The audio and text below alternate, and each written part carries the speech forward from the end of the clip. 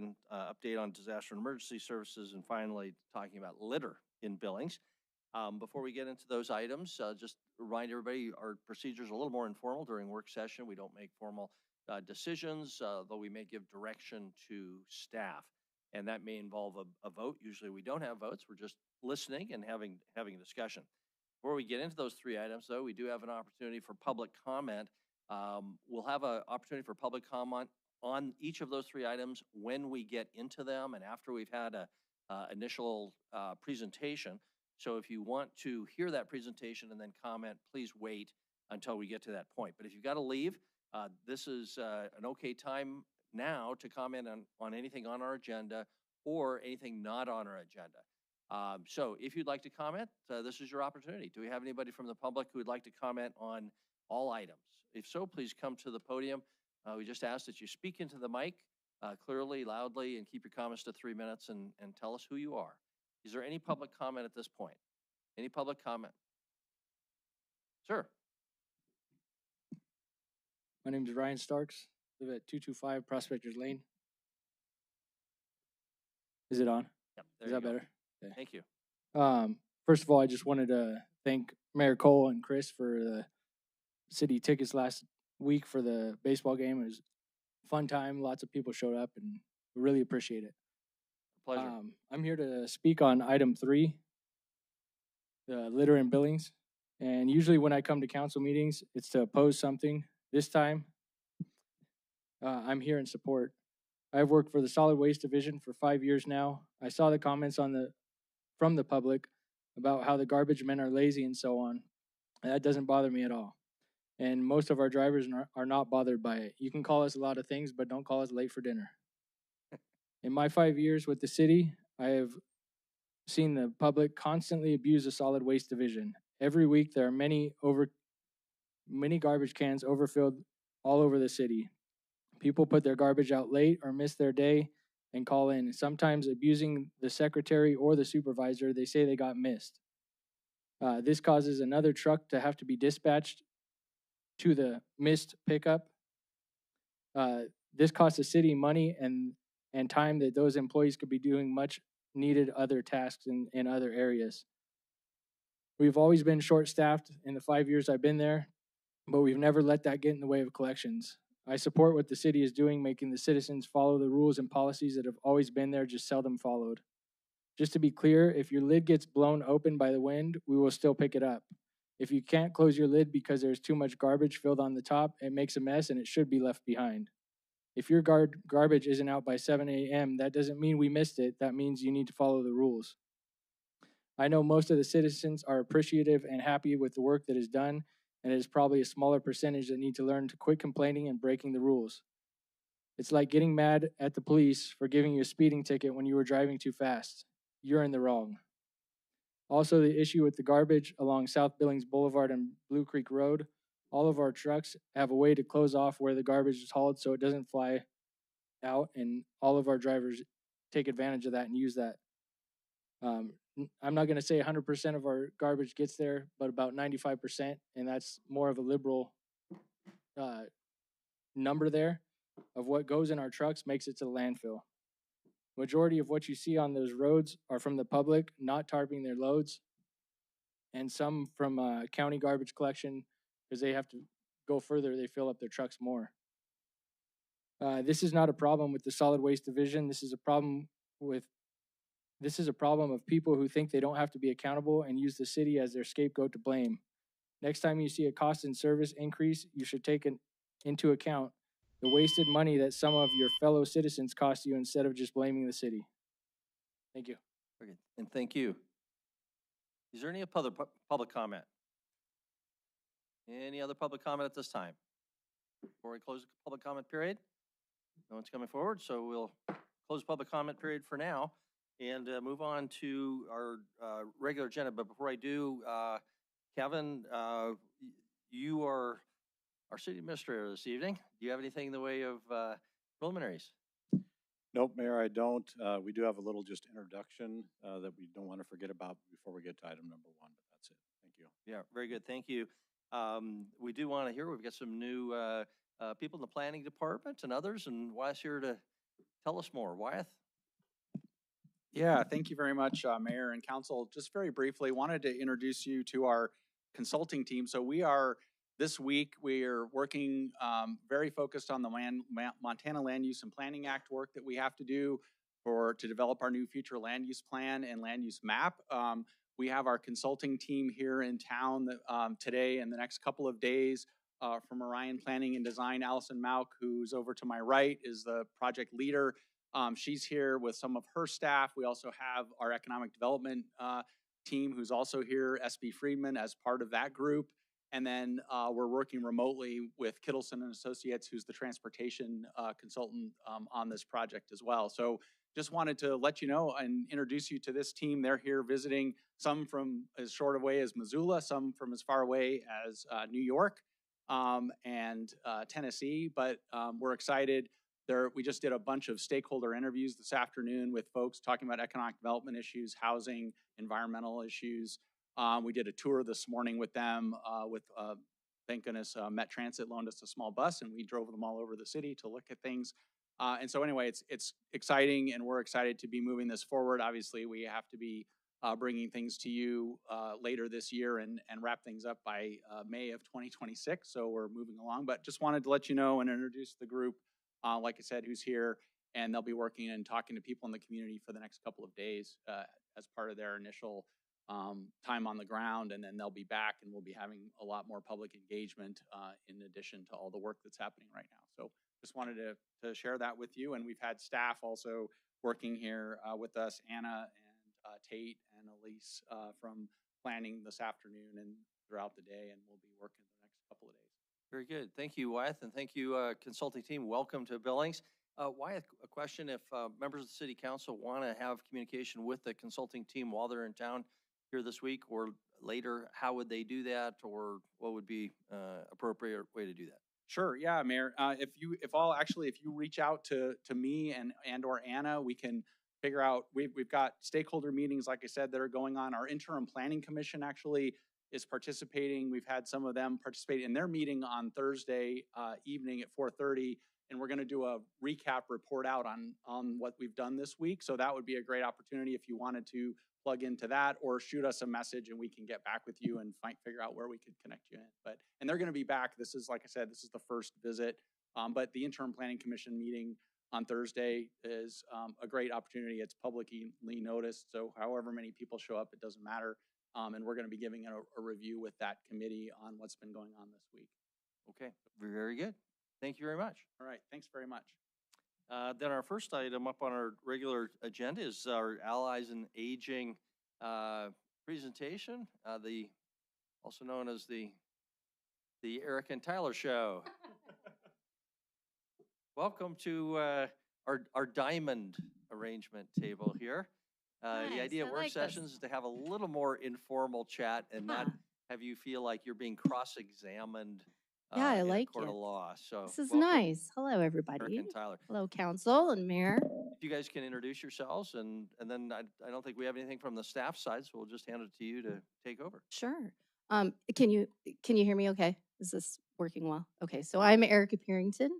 I am the CEO of Allies in Aging, which is a very strategic and recent merger of Big Sky Senior Services and the Adult Resource Alliance of Yellowstone County.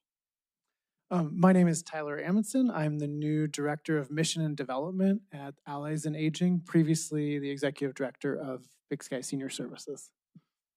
Yeah, so let's see what you got up there. I guess where I want to start is just by thanking you all for being the city, for being partners in serving seniors in many ways. And so it's sometimes people don't know how, who we partner with and how we get our work done, but community partnerships are definitely strategic, and one of the ways that we know we're going to be able to continue to meet the need, which the volume is increasing by the second. And so you may not know this, but we partner really closely with Met to help solve some of the senior transportation issues that our community faces, and then also with Parks and Rec and the Billings Community Center, where there is a senior center and a meal site.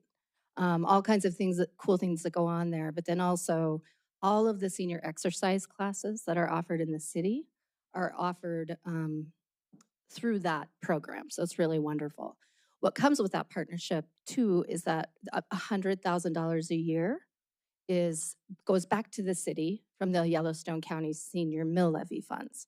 And so Allies and Aging receives 100% of the senior meal levy dollars. And what we do then is an allocation process based on needs and how we're going to strategically meet the needs of the community. So the city, you partner big time with us, and we're really grateful for that. So we're excited to talk about this little thing we did over the last year that brought Big Sky Senior Services and the Adult Resource Alliance together.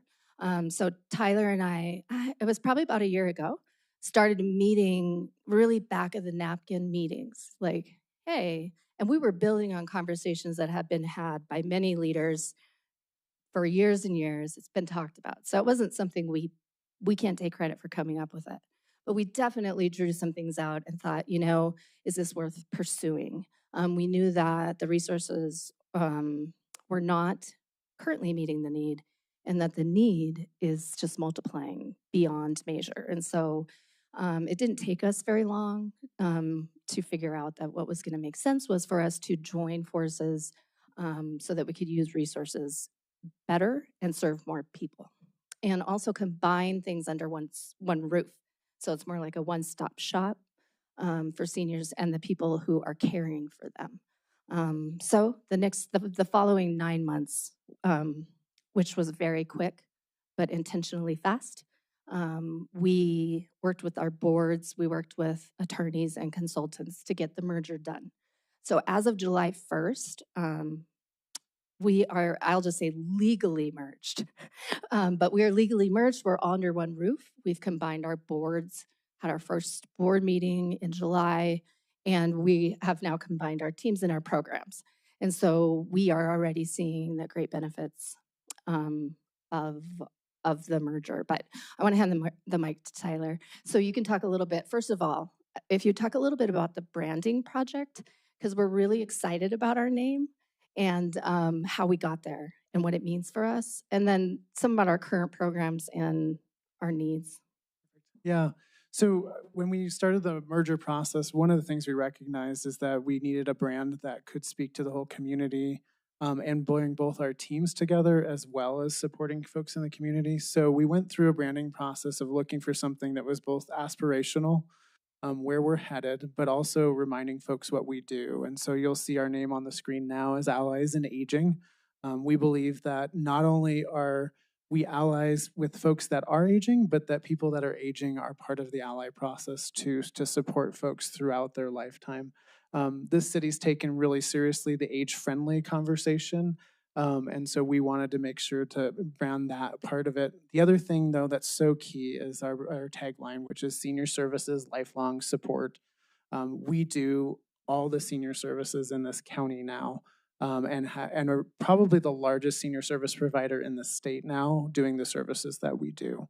And so just keep that in mind as you hear what we're talking about. We're having to take a huge leadership step forward with this organization as well. Some of the things we do and what I really want to highlight from the merger are this. We did not lose any programs in the merger. In fact, we kept almost all of our staff in that process too, because we did not have duplicated services. We had services that were unique. And so that was one of the blessings of that merger process. I just want to highlight what we do from the sheet and invite you to look at that as we do this. But first thing I want to just highlight is that we continue to have Meals on Wheels. And if you look in the lower left corner of the sheet we handed out, the senior lunch program. So a reminder that we help service 9 meal sites throughout the county where seniors can go. And some of those are every day of the week, some are varying times of the month. But people can go and receive meals, as well as daily sending out Meals on Wheels throughout the county with an amazing group of volunteers that helps us get those out. And reminder that there's some seniors in our community that this is their primary meal every day. And so this is the way they get that support. We also have continued our in-home care program that Big Sky Senior Services had previously, now part of Allies in Aging. This is a sliding fee scale in-home care program. The average rate for in-home care in our community for a senior is $36 an hour. We provide those same services starting at $26 an hour. And then with federal and state and local county funds, slide that scale down to as low as $2.60 an hour for the seniors that can't afford that high rate. Additionally, we have resource navigation and advocacy that we do consistently. It includes Medicare navigation, which is how most people walk in our doors, but also has different programs to help with medical transportation. We can look at housing issues for folks. We can help with minor home repair. We can offer financial support, but really that one-stop place for people to get those resources. We are also working on a centralized intake process that allows us to get a phone call and get a senior connected to every program that they need support to figure out. Additionally, we have transportation. We partner with MET, as you heard, to do this MET special transit program, as well as senior transportation in our community. A little known fact, we also run the Laurel Transportation Program currently. If you have questions about that later, we'd be happy to answer them. We do caregiving and dementia support, which is a big piece of what we do now. We have a caregiver support group. So this is for what you're going to start seeing a lot in our community is folks that are working, supporting older adults that are either living at home with them or in a care facility. And so we're starting to provide a space for folks to come if they need that caregiver support. Also spouses is the other thing we support a lot through that program. A memory cafe where people living with dementia or folks that are caring for those folks can come together once a month to get resources and connect with one another. And then within that, we also train frontline businesses on how to be dementia friendly in our community. The other big piece of our merger is our volunteer program. This is how we do a lot of our work in the community, and we could not do it without our volunteers. We have volunteers through an AmeriCorps program that are low-income seniors that get a small stipend from AmeriCorps and volunteer with a lot of other seniors. We have Meals on Wheels volunteers. We have volunteers that show up every day to help with things like chores for folks or help get groceries to folks in their homes. And so what I would say with that is we need more allies. And so if you know of someone looking for a volunteer opportunity, they'd like to work with seniors, send them our way. And the last thing I want to highlight is we did maintain our PAYE program, Prevention of Elder Abuse, and that program really focuses on those folks that are low income and that get defrauded consistently. And we are a PAYE for almost 110 people in the county that we service and support through that PAYE program as well as case management. So I'm excited about this merger because all of this is in one place now. We do this all together. The need is growing. So 1 in 5 people in our county is over the age of 65. And so you may not need our services now, and folks are aging and going longer without our services, but we want to be there and help people know they've got support when they need them. Additionally, there is going to be more and more folks in our workforce that are going to need caregiver support and help. And so we want to make sure we're ready to resource that growing population as well. I think that's all I have to share, but what I would say too is this merger, people ask us a lot why more nonprofits don't do this. It has been really amazing, but it's hard work too. And so if you're looking to get another nonprofit to do this long process, just know that it takes a lot of hard work and really committed folks to that process. What questions do you have? Very good, thank you. What questions do we have? Let's start here and just go this way, Councilor Boyette. Thank you. Thank you very much. In a month's time, how many people do you come in contact with or service? Just a vague number. Yeah, I mean, that Very math is clever. so hard to do, but yeah, probably 500 is a good Easily, number. yeah. Easily 500. Yeah. We deliver hundreds of meals a day, but as we've combined, it's probably close to 500. Yeah. That number will grow, I think, if we actually put our numbers together, Mike, Mm. too. So. Yes, Bernice. Thank you. I've actually been over at your services, learned a little bit about Social Security. It's All right. it's a great opportunity to just kind of figure it out. It's a complicated process. Sure I think is. you guys do a great job. Love the Meals on Wheels. The meals that you provide throughout the county. You know what you've been doing is great. I've experienced a lot of different things, realizing that elderly people are abused financially. Yeah. Just across the county. In fact, last week we had a hero of our community come in because they stopped a lady from, well, how much was it? It was Over 35,000. over Wow. $35,000 Absolutely. about to give someone over a Bitcoin ATM. Yep.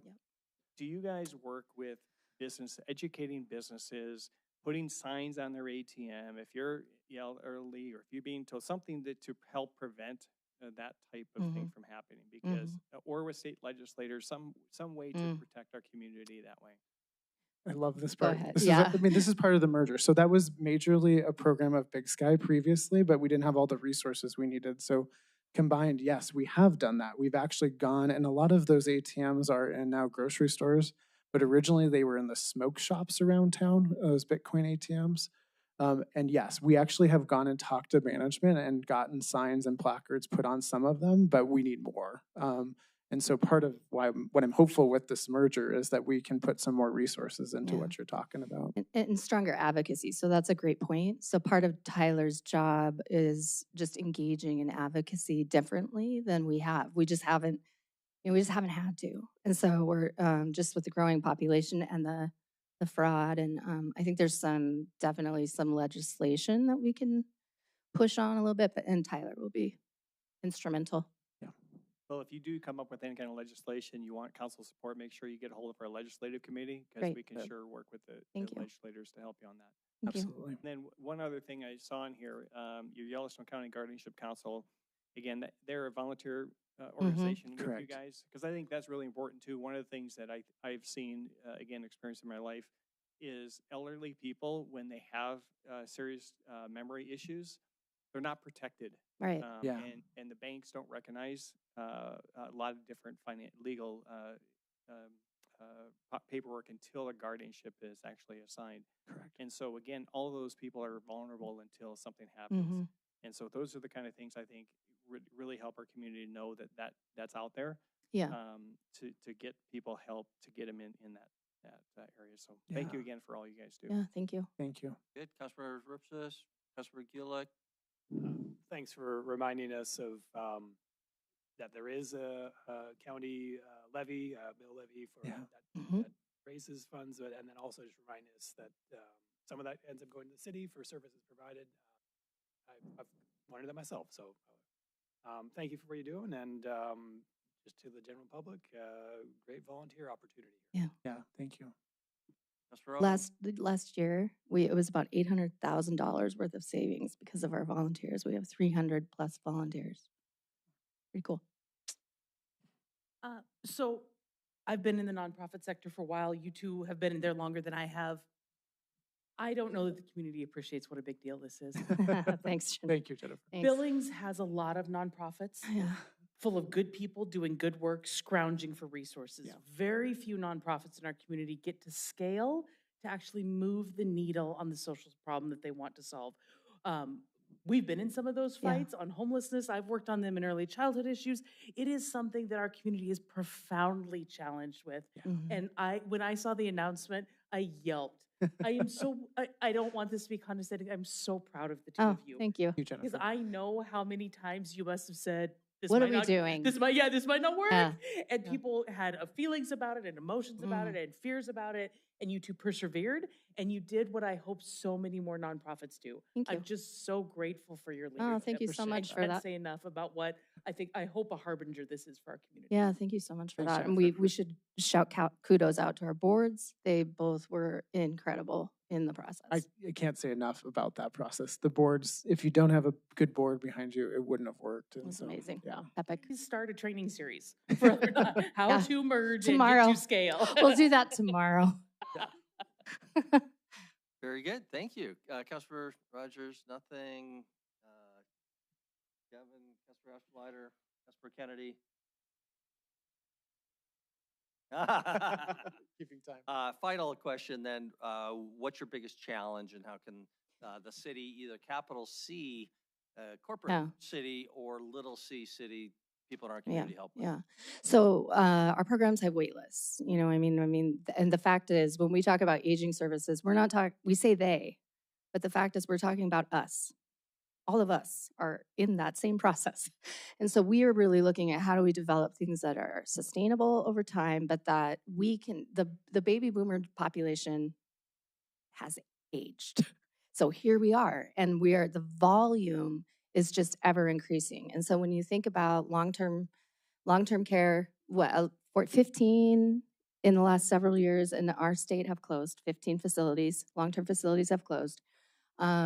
People cannot afford $36 an hour for their family to have care in their home. And so the pressures are different. So families, lots of systems are starting to feel the pressure of this, the healthcare system, the housing system, family systems in general. The workforce is something we talk a lot about because people are missing work because instead of having to take care of the baby at home, they're having to go home and make sure that mom ate lunch, or that someone gets to a doctor's appointment. And so how you can help is you're already helping. And we know that it's these partnerships that we have. So being able to have a center at Billings Community Center is helpful. Hundreds of people are able to connect with each other there. They can connect with services there. They get fed. So that's a way that you partner with us. We need to expand our Senior Helping Hands program big time. That's our in-home program. And so looking at how do we do that, that has a waiting list. And that's a tough thing to tell families. We don't have any help for you. We'll call you when we do.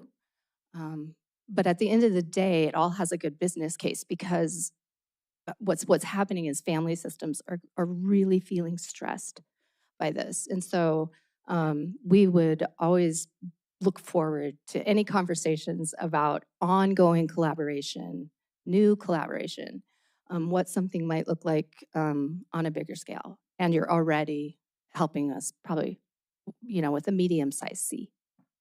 Very good. Thank you very much. We appreciate your being here. Stick around. I'll just ask if there's any public comment on this item number 1. If so, please come forward and tell us your name. Go ahead.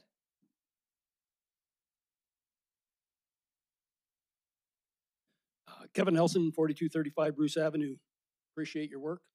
Only going to get more needed. So you come to the final page, it says Yellowstone County mill levy, 48% of their funding is funded through the county mill levy. So who's the worst financial abusers around here? You guys. Just think about all your decisions you make, creating the TIF districts, and they lose all the revenue. 50% of their revenue and all the TIF revenue that you guys just hand out is someone's affected by that. You got to think about who you're affecting downstream when you make those decisions.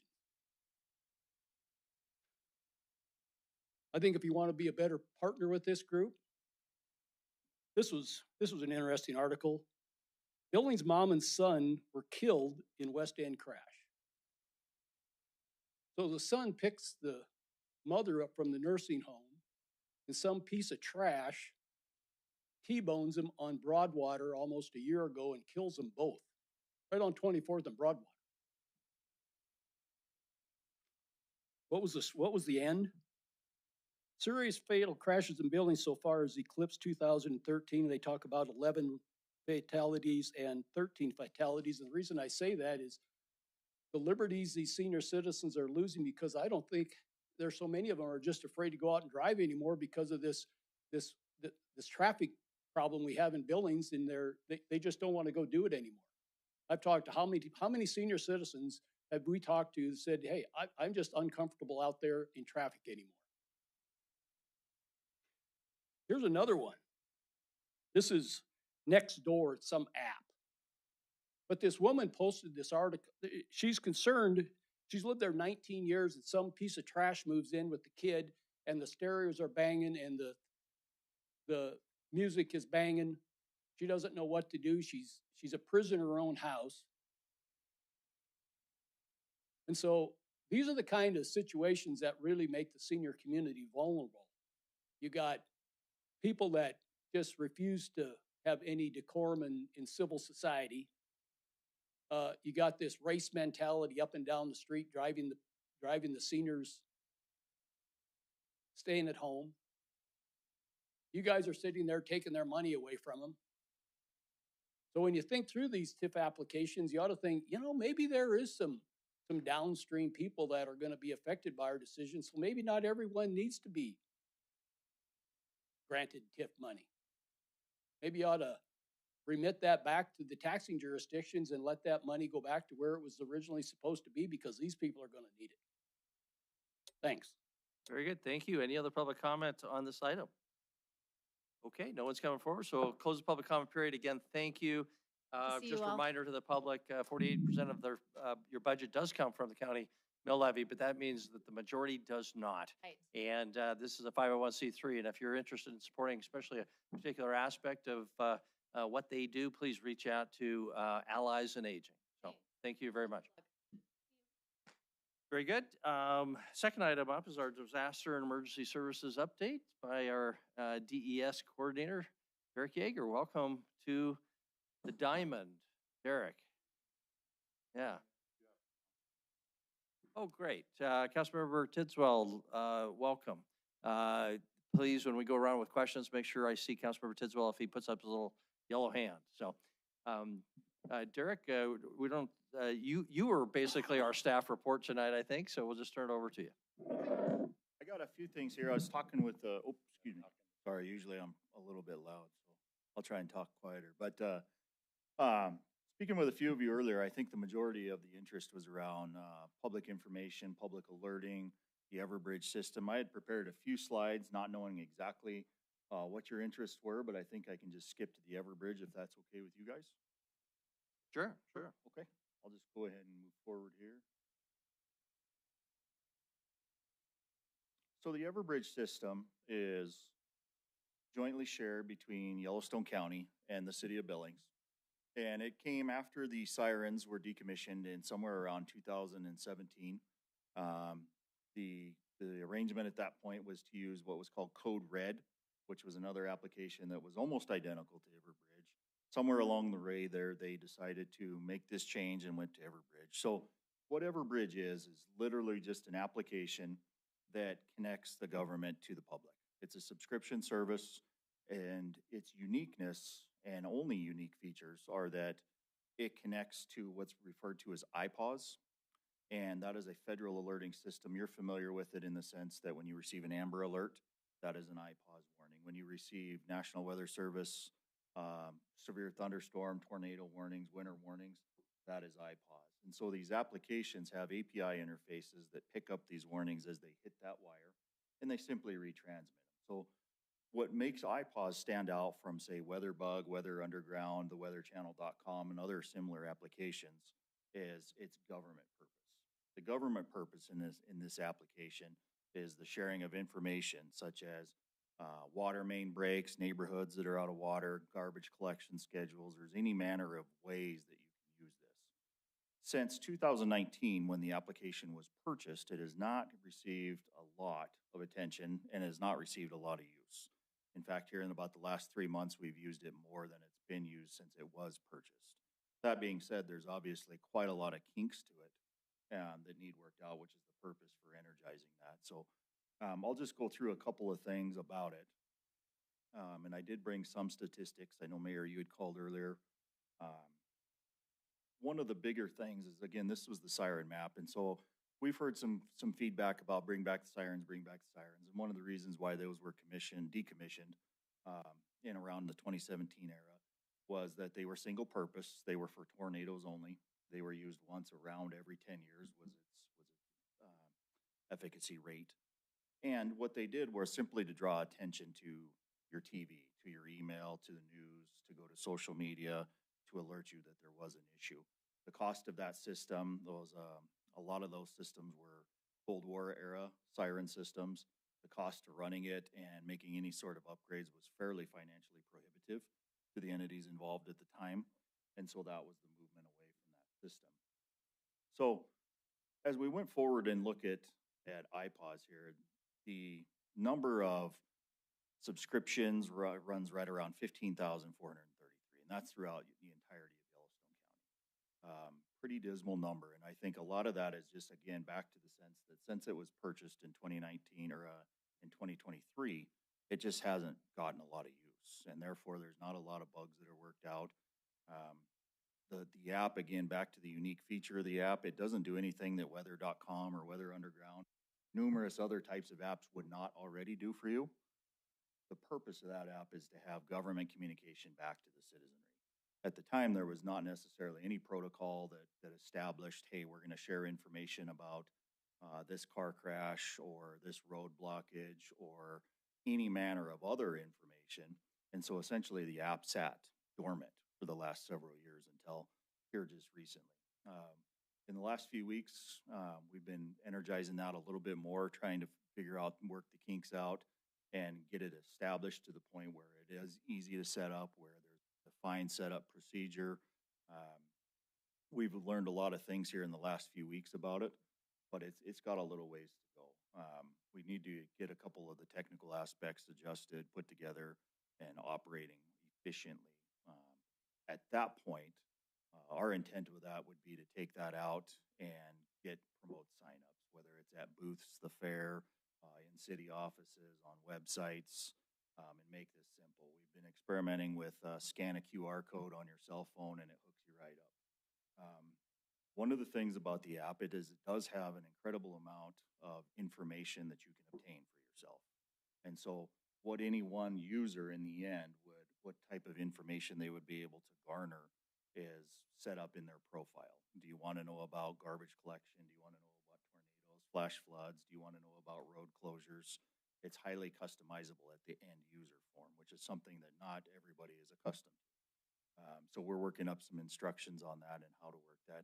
But probably in the end, the biggest thing about that system is that if we don't use it for anything other than what you can get an app for free on, people just probably aren't going to.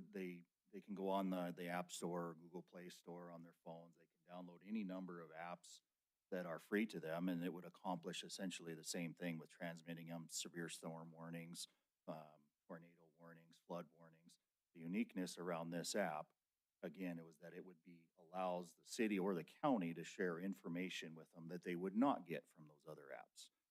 For example, on Friday when there was some smoke that blew into town, we experimented with sending an informational notice out that reached about 10,000 people.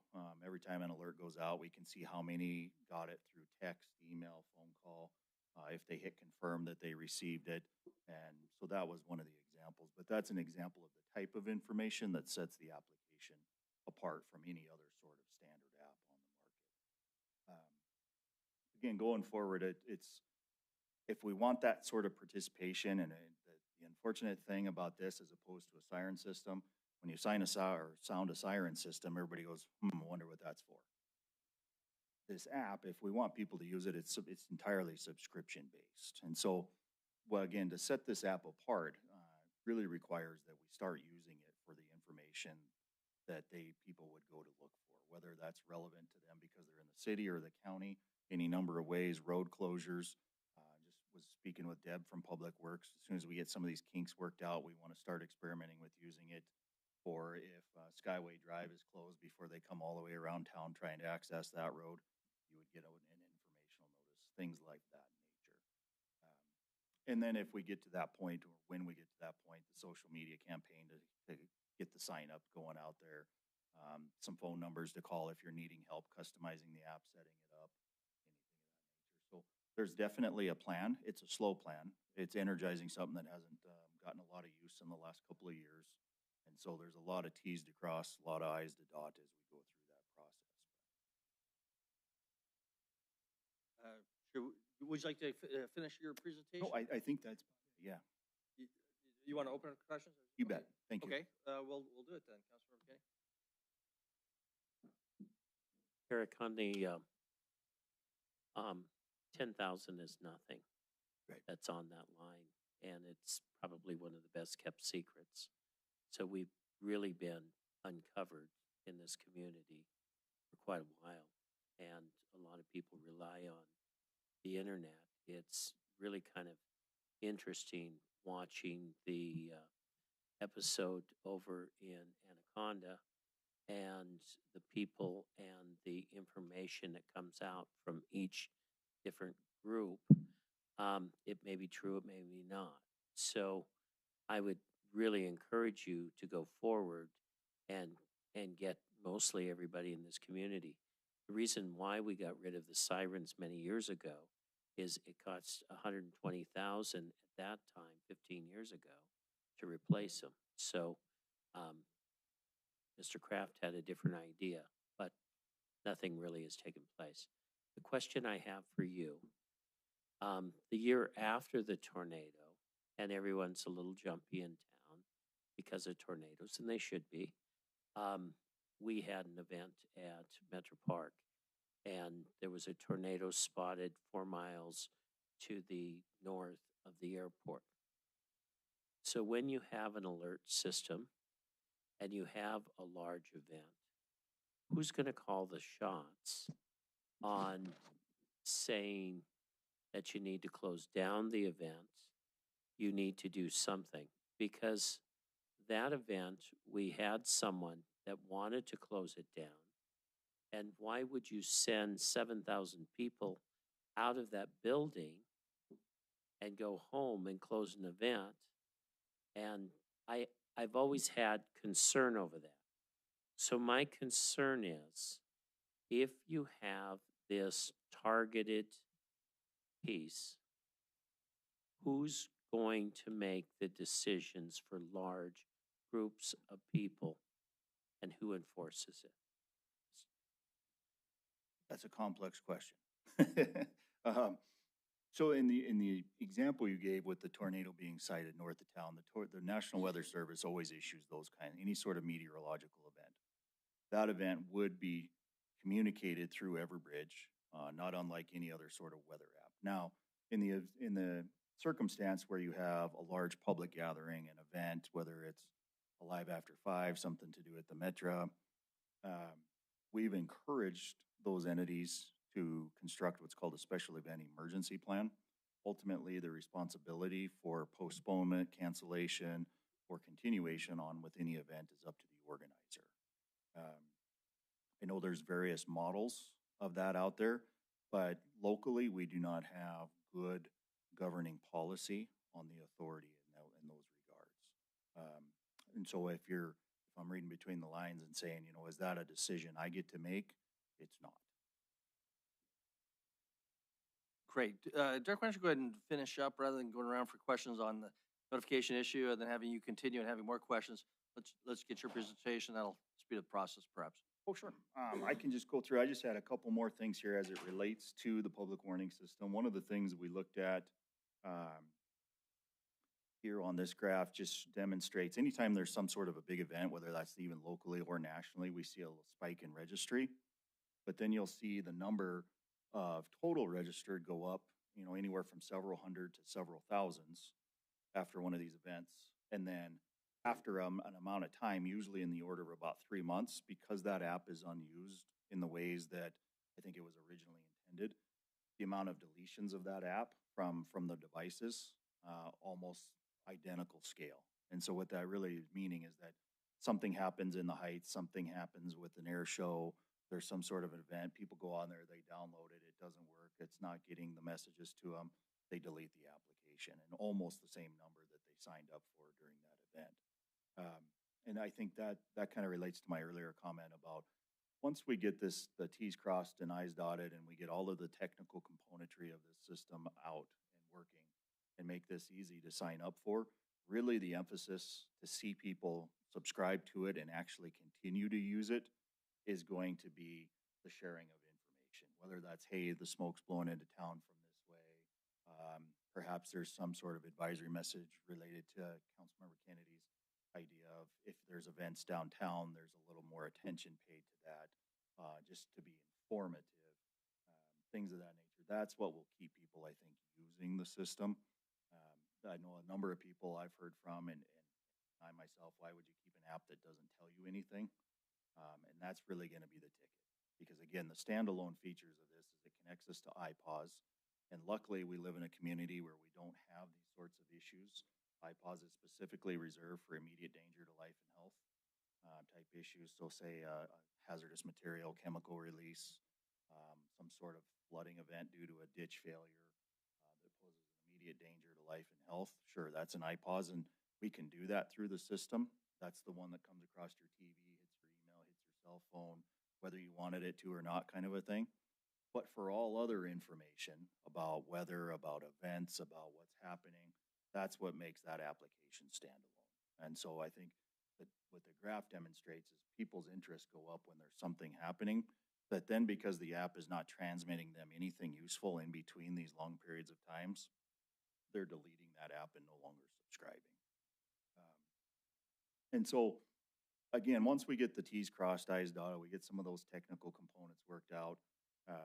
One of our intents would be to begin to work with various other city and county departments to start working to see where this app could benefit in public information, public sharing of road closures, disruption to services. There's any number of ways that this app could be used, and I think that's what's going to capture the public's attention and keep them referencing the app is that. And that would allow us then, because then at that point it's useful. In its current state, it's not terribly useful.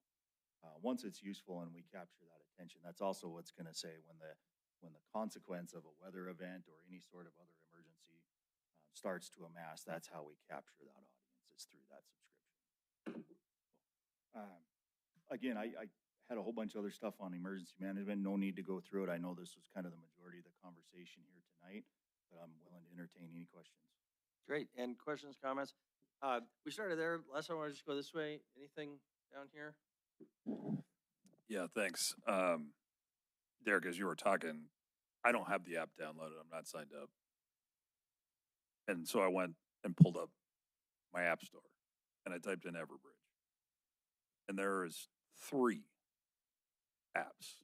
There's a Everbridge, there's an Everbridge 360, there's a Public Safety by Everbridge, there's a Managed Bridge. Like, what's even the right system? That's part of the issue with the sign up. And so on the Yellowstone County Disaster and Emergency Services homepage, there's a button to click. It'll get you right into the profile. It'll get you the app. Not unlike various other vendors, they have multiple different products. All of them would eventually get you there, but the pathway, the certain amount of codes that you need to put in, those are all available on that webpage. It's not the best place to have that quite yet. But again, so until we can get some of those technical components worked out, I've been reluctant to go advertising and getting people signed up until we can get our arms wrapped around the system. Okay, thank you. Councilor Rogers, Councilor Owen. Just very briefly on a similar note, I was signed up for Code Red, had the app, whatever. It never worked. But when it transferred, it did not automatically transfer me. So about 2 months ago, randomly, I went on the county's webpage and signed up. It worked really great for the fire notification that went out. But I don't think we should assume that people who were in Code Red successfully transitioned, because I certainly did not. That's a very good point. So one of the things we're doing right now, part of the crossing of the T's and dotting of the I's, is going through all 15,000 records and making sure whose profiles crossed from Code Red into Everbridge. That has not been done, but it is in the process. What we're finding is some people have duplicate records. Some people's stuff did not cross over. Having not been here at the time, I can't say it was a smooth transition, but it's getting there. Very good. Thank you. Councilor Gillick. So I was looking at the other presentation that was in our package. There was a SWOT analysis that was done in the presentation, and you noted that one of the threats in our county is that there is a diminishing culture of personal responsibility and preparedness, resilience for disasters. Is there a good resource that if someone in the general public or a business wanted to become better prepared, know what to do, that you could reference, or is there something on the website that would be helpful for individuals and businesses? Sure, that's a great question. Thank you for that. There's a number of resources on the county DES website that lead people to home action plans, business protection plans. It also leads you back to some of the FEMA websites. I think, as everybody knows, FEMA's in a little bit of a transitionary period. I think that's fair to say. But the majority of those links were just tested recently. They do work. So there's a lot of resources out there. They all start on that page. You can go a number of places and find those. The other part is you can always call the office too. There's a lot of resources in the office as far as anything from special event emergency planning to homeowner action plans, what to do in the case of the floods, how to evacuate wildfires, the kinds of information you would want to take, preparedness for that. Thank you. Councilor Ripsis, anything? Yeah, Derek, I'm in tech. I make my living in tech. I don't want another app. The only thing that's worse than an app that doesn't tell you anything is an app that tells you something that's just not relevant. That will get people to uninstall much faster than something that just sits there and just doesn't do anything. So it's a really tough challenge to find that balance, because as soon as anything goes out, that are just like, this doesn't, why am I, I don't need this. I don't know that the app is ever going to work. I mean, if I'm just being honest, I think the hurdles there are too much, that it doesn't work if you don't tell them anything, and it won't work as soon as you tell them something that's not relevant. Sure.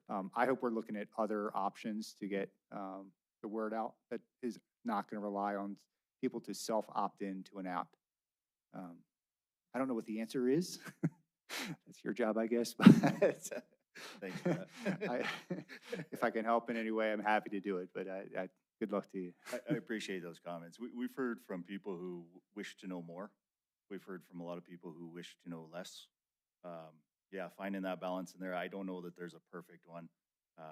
There is some customizability on the user end to go in and decide which alerts you want, set up do not disturb settings so that you're not disrupted after you go to bed.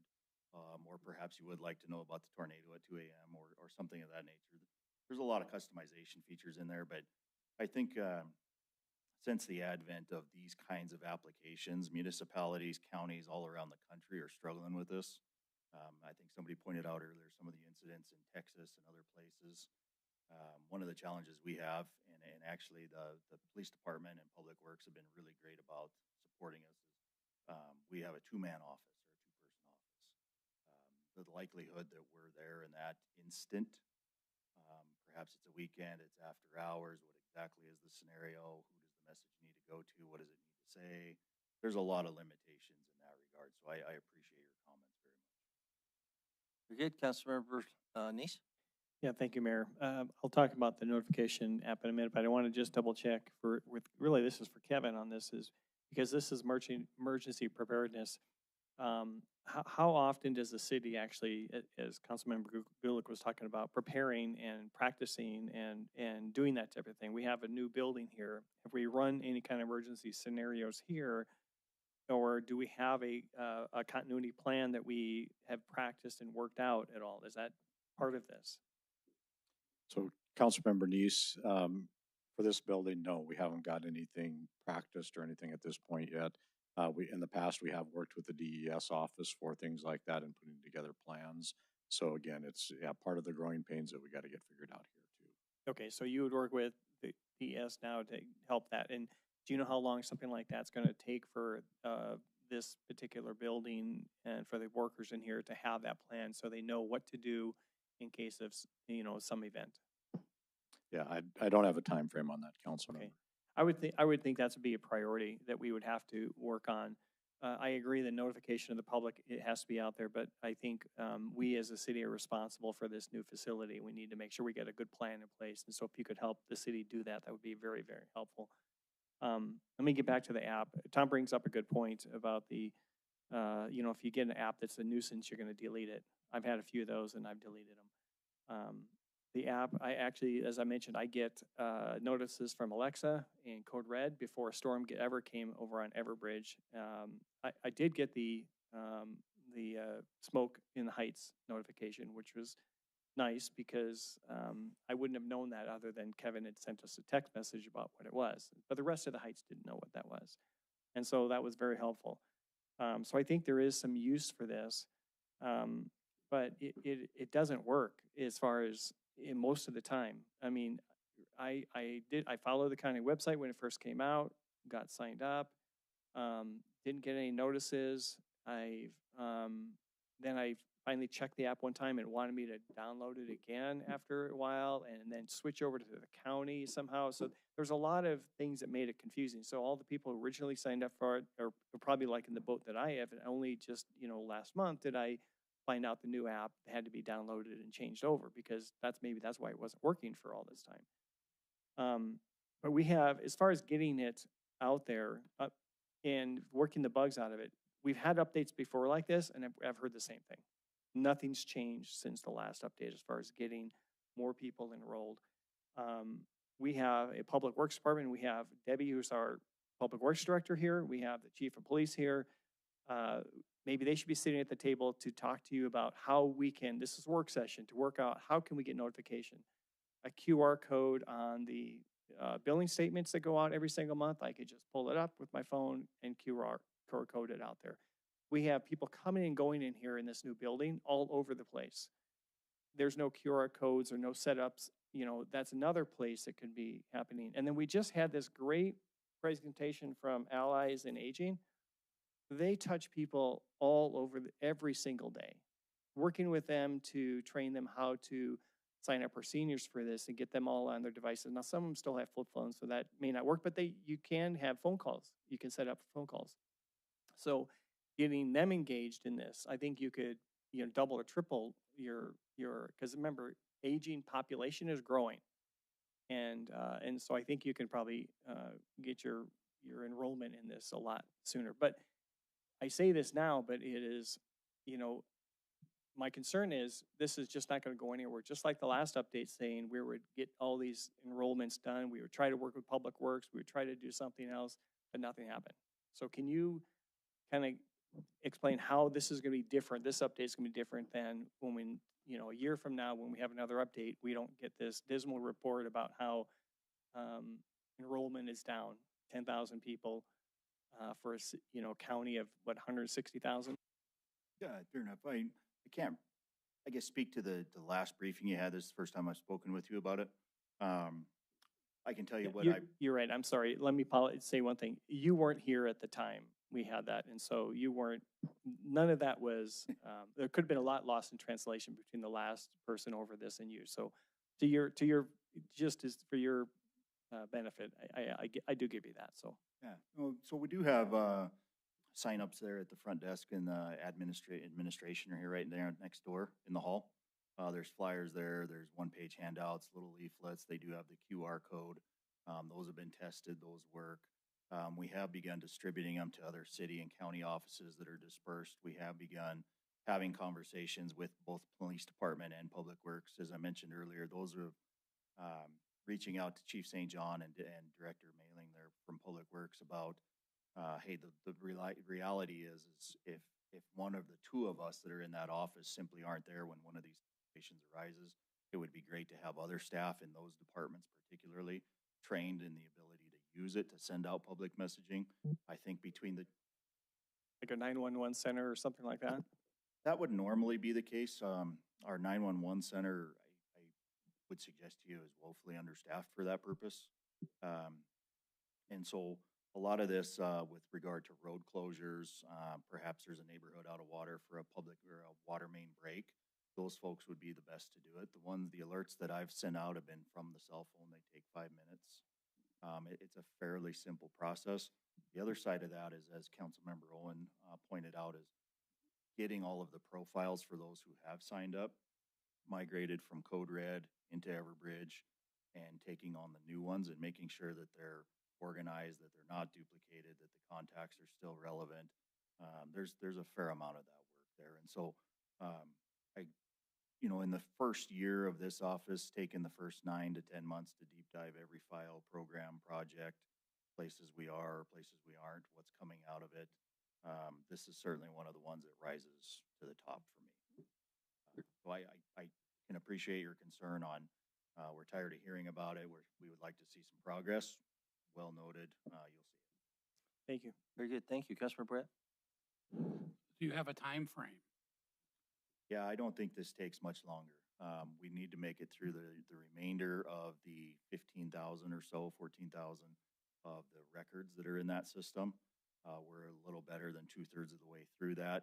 We continue to start to use the system for other purposes and take feedback. We continue to work with the Weather Service on the API interface to get the alerts. So I think as we get some of those technical things done here in the next few weeks, We're going to work with Public Works to potentially start using it. Maybe it is something on the water bill or something of that nature. Start pushing out information on disruption of garbage schedules, water main breaks, road closures, things of that nature. So there's a plan in place, fully operational.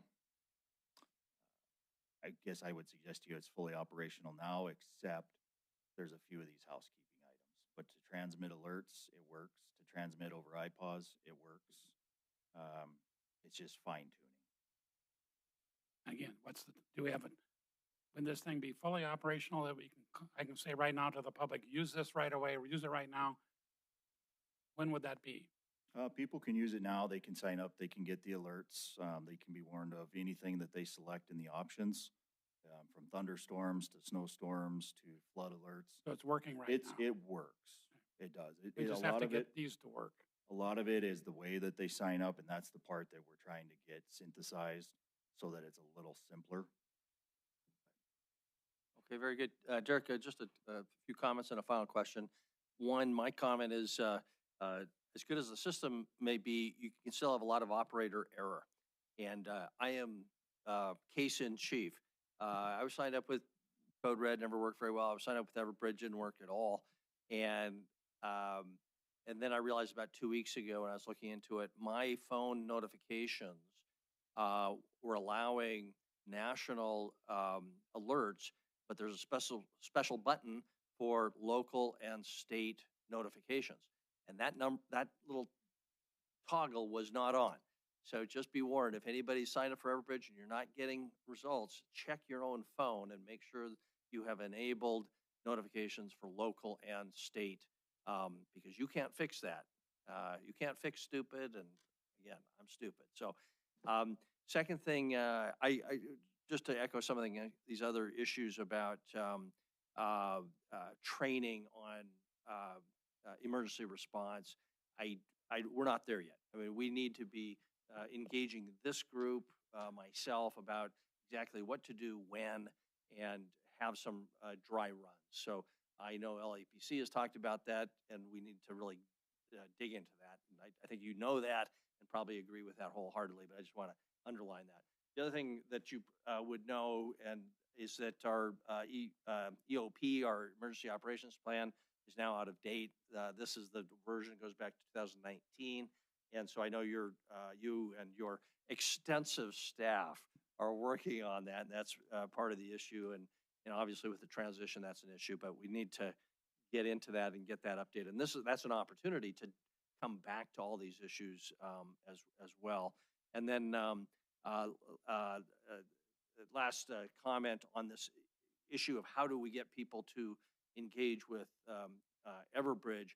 I think it can't just be you, it can't just be you and Anne Marie. It's got to be a bigger group with marketing expertise. Really applied your focus on involving Public Works. A lot of people pay attention to that. They really have a stake in that. So I do think that's critical, but even having a larger group to work on that collectively, that issue with marketing expertise and finding a budget. These things just don't happen by accident and for free. So making that a priority. Last question though is, I don't want people to be confused. My understanding, correct me if I'm wrong though, is that if you wanted to send out an iPause alert because of some catastrophic event, call it flash flooding in a particular area, you can still do that through the iPause system and get that to go to phones in a geo-specific area, even though those phones are not signed up for Everbridge. Everbridge is sort of icing on the cake to get these other things, but you can still use iPause in that event. Do I have that right? Because that's really critical that we have that fallback. You are correct, Mayor. Now, some phones, some technology allow you to turn off that setting. And if you turn that off, there's simply no way otherwise to reach you. An iPause setting, it does go through Everbridge, but it also goes through any other app.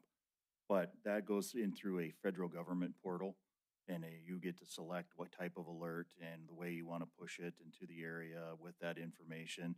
But just like a lot of your phones, if you turn off the Amber Alert feature, that is turning off iPause, Okay. for example. So there is the capacity or the ability for people to disable that function on their phone.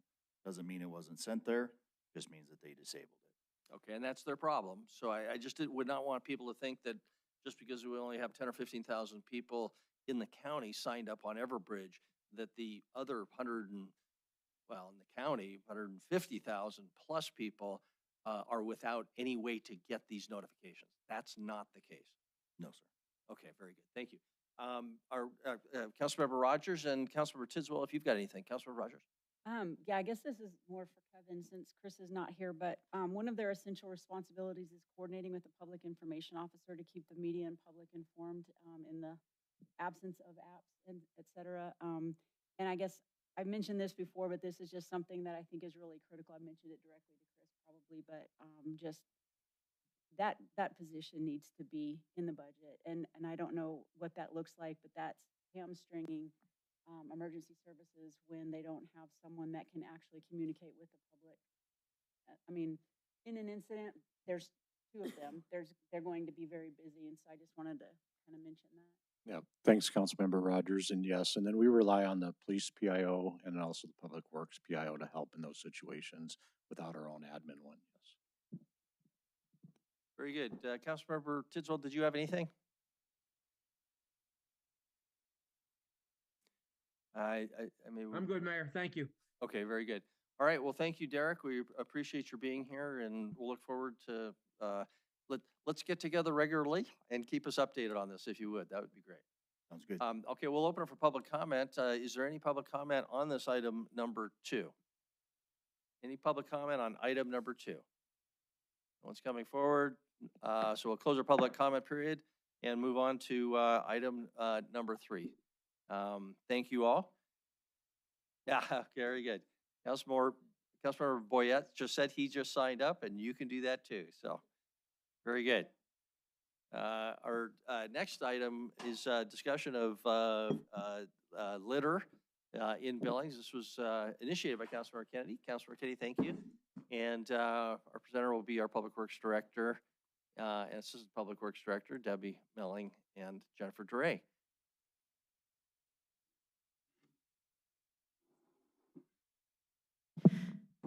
Good evening, Mayor and Council.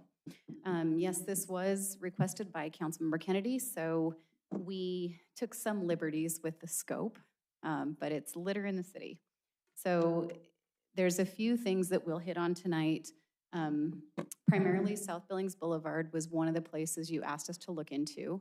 The interstate corridor was mentioned that evening, and then I was just going to touch on the rest of the city because I think someone else commented that there's other places in the city with litter. So I want to point out this picture. I hesitated to leave it in here.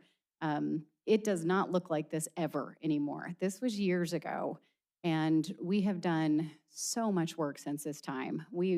This is not indicative of what you see out there. It is pretty amazing, but it's one of the reasons that we do so much litter work now. But when you look at this picture, you can see how much potential litter there is. And when we have cleaned it up to the point it is now, it just kind of shows how much work has been done. So, okay, so I want to talk about first the cause, and then we'll kind of go into what we can do about this.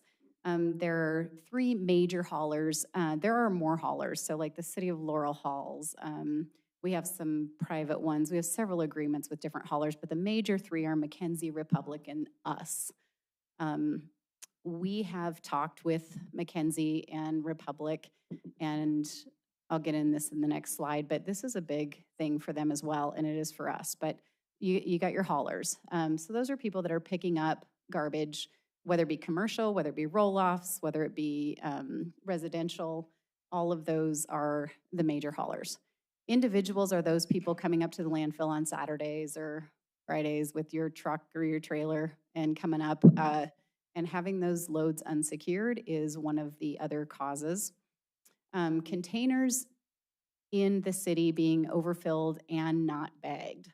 So if you think about a windy day when your garbage can blows over and you don't have your garbage bagged, or when your lid's up and it gets windy and again it's not bagged, that is one of the reasons that we have litter throughout the city. Less so on South Billings or the interstate, but definitely throughout the city. And last is the wind, and I will not claim to be able to do anything about that. So that's there. It is what it is. So to be proactive, we got some options. I talked about haulers being the big part of this. For the city of Billings, we can control our fleet of trucks, which is several trucks. Things that we can do is to not overfill those trucks. Our drivers have anywhere from 1,000 to 1,200 pickups a day. And so they are doing their best to get to each one of those, which means they load those trucks up just as full as they possibly can. Because every trip to the landfill takes out efficiency for what we're doing. So they load them up and they go out there. If there is anything outside of where that door closes or on top of it, that's going to come off on the way to the landfill. So we have talked to our drivers, and we are going to continue doing some driver training about not overfilling those trucks. It's with good intentions. We will see efficiencies go down without a doubt. When you make 3 trips instead of 2, or 4 instead of 3, you see less efficiency, but you'll see less litter too. So we think it's important. The other thing is we need to talk about this one, the option to not collect overfilled containers.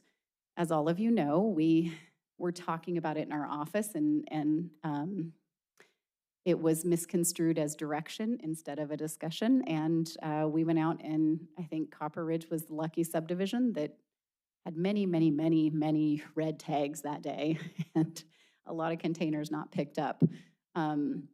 So I know this will not be popular. Our city code currently says you cannot have your lid up. And we've talked a lot about interpretation of that.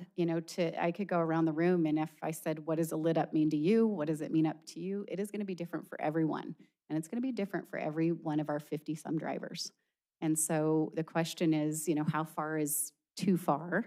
What does that mean? What can be sticking out? If it's all the way up, but it's all bagged, do we pick it up?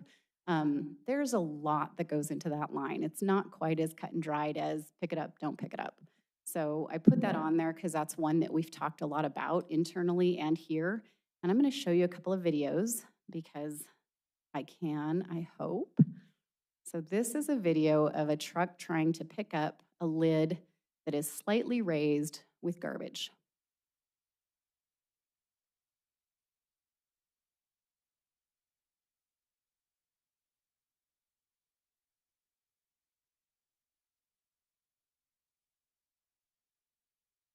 That's a really fast video.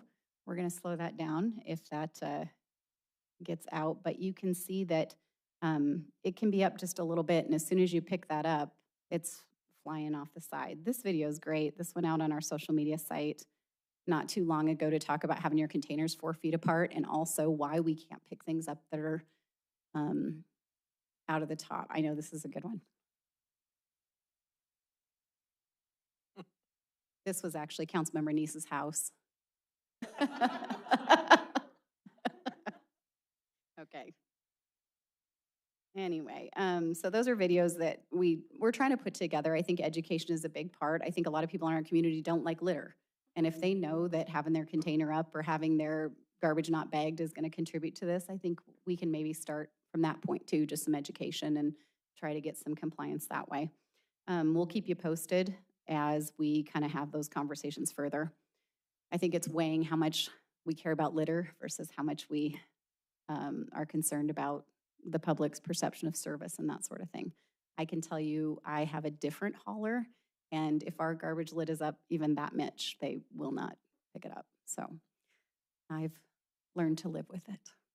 Hauler coordination is the other one. That's McKenzie and Republic and some of those other ones. I think driver training, similar to what we've done, and also standard operating procedures being, they come from a long ways away, a lot of them. So for them to make 2 trips instead of 3 is a lot of loss of efficiency. I talked to both of their general managers, and both of them said they've had a lot of the conversations about this and that it is their priority to not contribute to the litter issue. So they have talked about making sure those aren't overfilled trucks, and they'll continue doing that driver training. Debbie, is there any way to cover that once they know they're going to the dump, to cover that up to prevent that litter from blowing out that may be overfull? They're all covered. They all have covers. So roll-offs have covers that go over them. Rear load, front load, and side load all have doors that will close unless you overfill them. So we're not just talking about residential containers, but the garbage trucks themselves can't be overfull. So for us, if we overfill a rear load, we'll have garbage going out the back. We just need to make more trips to the landfill. So the So we side do loads- have ways to close them, yes. So the side loads, that big dumpster that, or the portion that goes in there, they fill that up too much as The well? roll-off, yes. No, That- not the roll-offs. You're the talking side- about the side loads. the side loads? Yeah. Yeah, there's a door on some of them. I don't know that all of our trucks have doors on the very top, but when you put it in, we do have inside, there's an arm that kind of crushes that, and you can put that down. Yeah, but the top, that then doesn't close over the top though. That's what I'm saying, is if they overfill it, it's gonna be in that kind of loose area where, before it gets compacted, so that would probably blow out, right? Right, that's why we get it in there and get it compacted, and yeah, don't overfill it. Right. Everything else has a door that can come down. So the other thing that, when I talked to the other haulers, they said both DOT and the Highway Patrol have had conversations with them in the past about making sure their drivers are transporting material and not losing it on the road. So it's not just us looking at this. Both of them have had visits from the, I guess it's the Department of Transportation, Motor Carrier Service. Yep, the MCS has been doing that. So the next thing is educating and enforcing secured loads. We have not done a great job of that at the landfill recently. We kind of got on a good roll a few years ago when we started doing the tarps and charging people, and we were doing a pretty good job for a while. That hasn't been done as well lately. We struggle because we have people that will drive all the way there and then they'll tarp it at the bottom of the hill. We can't go off the landfill. That's not our job. This is a fee. It is not a fine. I don't have a badge or a gun, nothing where I can stop people and do this. So we can charge a fee. We cannot stop people. We cannot cite people. We can't do any of that. So if they're down on Jellison and they're covering their load before coming in, there's nothing we can do about that. We can call the police, but I don't know that that's the best use of our police force. So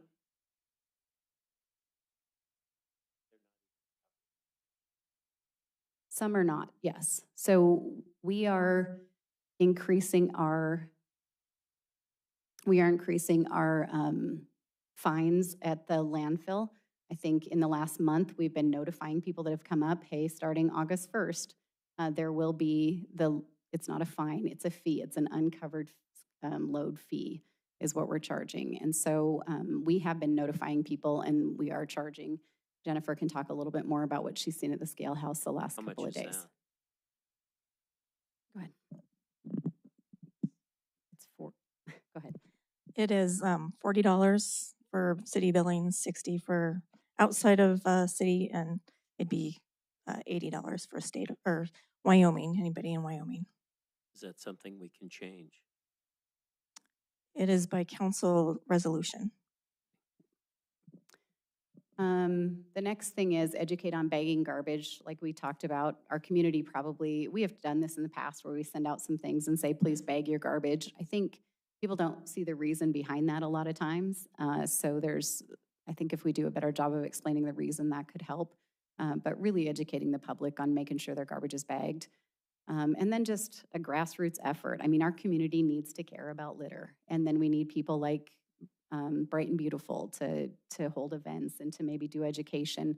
The city can mandate, we can get out there and we can red tag and we can do these things. But really, if our community gets involved, I think that's a great way to go. So that's the proactive side. On a reactive standpoint, South Billings Boulevard we have for many, many years used contract labor to do that. We have talked to the sheriff's office and there is a sheriff's detail that can go out and do this. We have to get one of our employees to go through a security check in order to be qualified to take a crew out there, and we are working on that right now. We hope to be able to have that going here in the next month. But until that time, we are still using the contract employees that we've been using for years. I talked to the state and they do have the Adopt a Highway program. Somewhat ironically, MDT is responsible for, the MDT employees have a stretch of that as an adopt a highway. But there are more areas that certainly we could try to kind of push that forward and see if we can get more people to do those adopt a highway and maybe focus on some of the areas we see issues.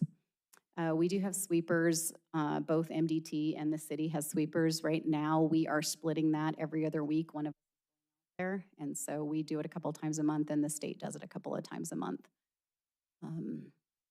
And then code enforcement, I know Tina's here, she can talk about that a little bit, but code enforcement can do things on private property. And then as far as when it comes to being on the highway or outside of private property, that is a law enforcement issue. That is it on litter. And then I have another issue at the landfill that we're gonna take the opportunity tonight to talk about, but we can do conversation about litter first and then go to the next issue. Sure. Start here again, Councilmember Kenny. That's great. A couple of things. I appreciate you getting out the crews to clean up along the roads. I've seen them out a couple times. I would recommend that you at least put, if you're doing labor ready or whatever, don't put them in the back of the trucks and drive them over there. Make sure that they at least have seat belts or whatever. We don't need a lawsuit on that. We actually borrowed a different truck from a different division, kind of repurposed it. So we have a truck to haul them now. Okay, because they were in the back of a truck about a month ago. So I appreciate that. The reason I brought this up is because I get complaints from the 6th Street underpass all the way to the landfill. And so I drove it yesterday. I have to say it looked pretty good. There were some pockets of area that when you get the work crew out to clean it up, and then the bridge did need some sweeping. But if you do that every week, then that shouldn't be a problem. The biggest concern has been uncovered, and that's what I get calls on all the time. If you see the 6th Street underpass, and my biggest complaint is the hole or the pond or the swamp or whatever you want to call the runoff over there, it has large pieces of whatever blowing out of people's vehicles and all of that. It's a mess as it is, but it's a problem. And the biggest complaint, and I've got to say, Hansers has done a great job. The businesses on there really have cleaned up. As you get past that area and by the school there and start working your way on the other side of the highway, that's where we see most of the problem.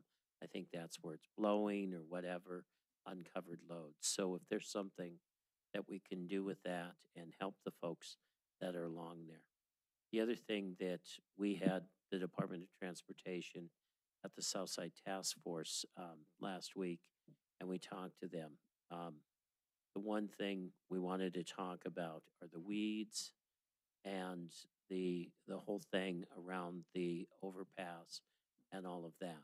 I know that's not your issue, but there's a problem there.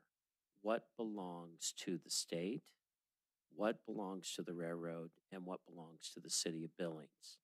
Because when we call, and we can call Tina's office, and with code enforcement, which weeds belong to who, which garbage belongs to who, and what's ours. And it starts from, I get a lot of complaints on 6th and Central because there's a lot of garbage on the other side of the underpass as people go through, and that whole no man's area there, I have no idea who it belongs to. Is it ours? Is it the state's or whatever? Is that something we should be talking with the state about, of doing some landscaping or whatever in that area? If we were in another area of town, north of where we're talking about, it probably would be a landscaped area.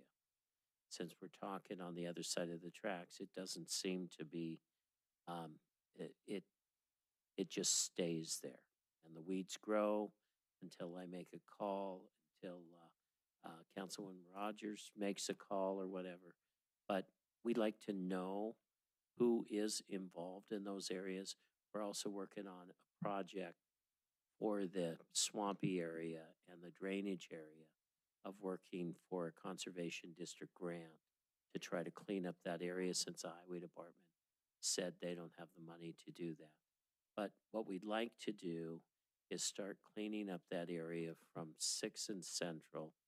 All of the, I know the guy on 6th and Central to the west, he doesn't own that area. He only goes so far. The rest is weed area.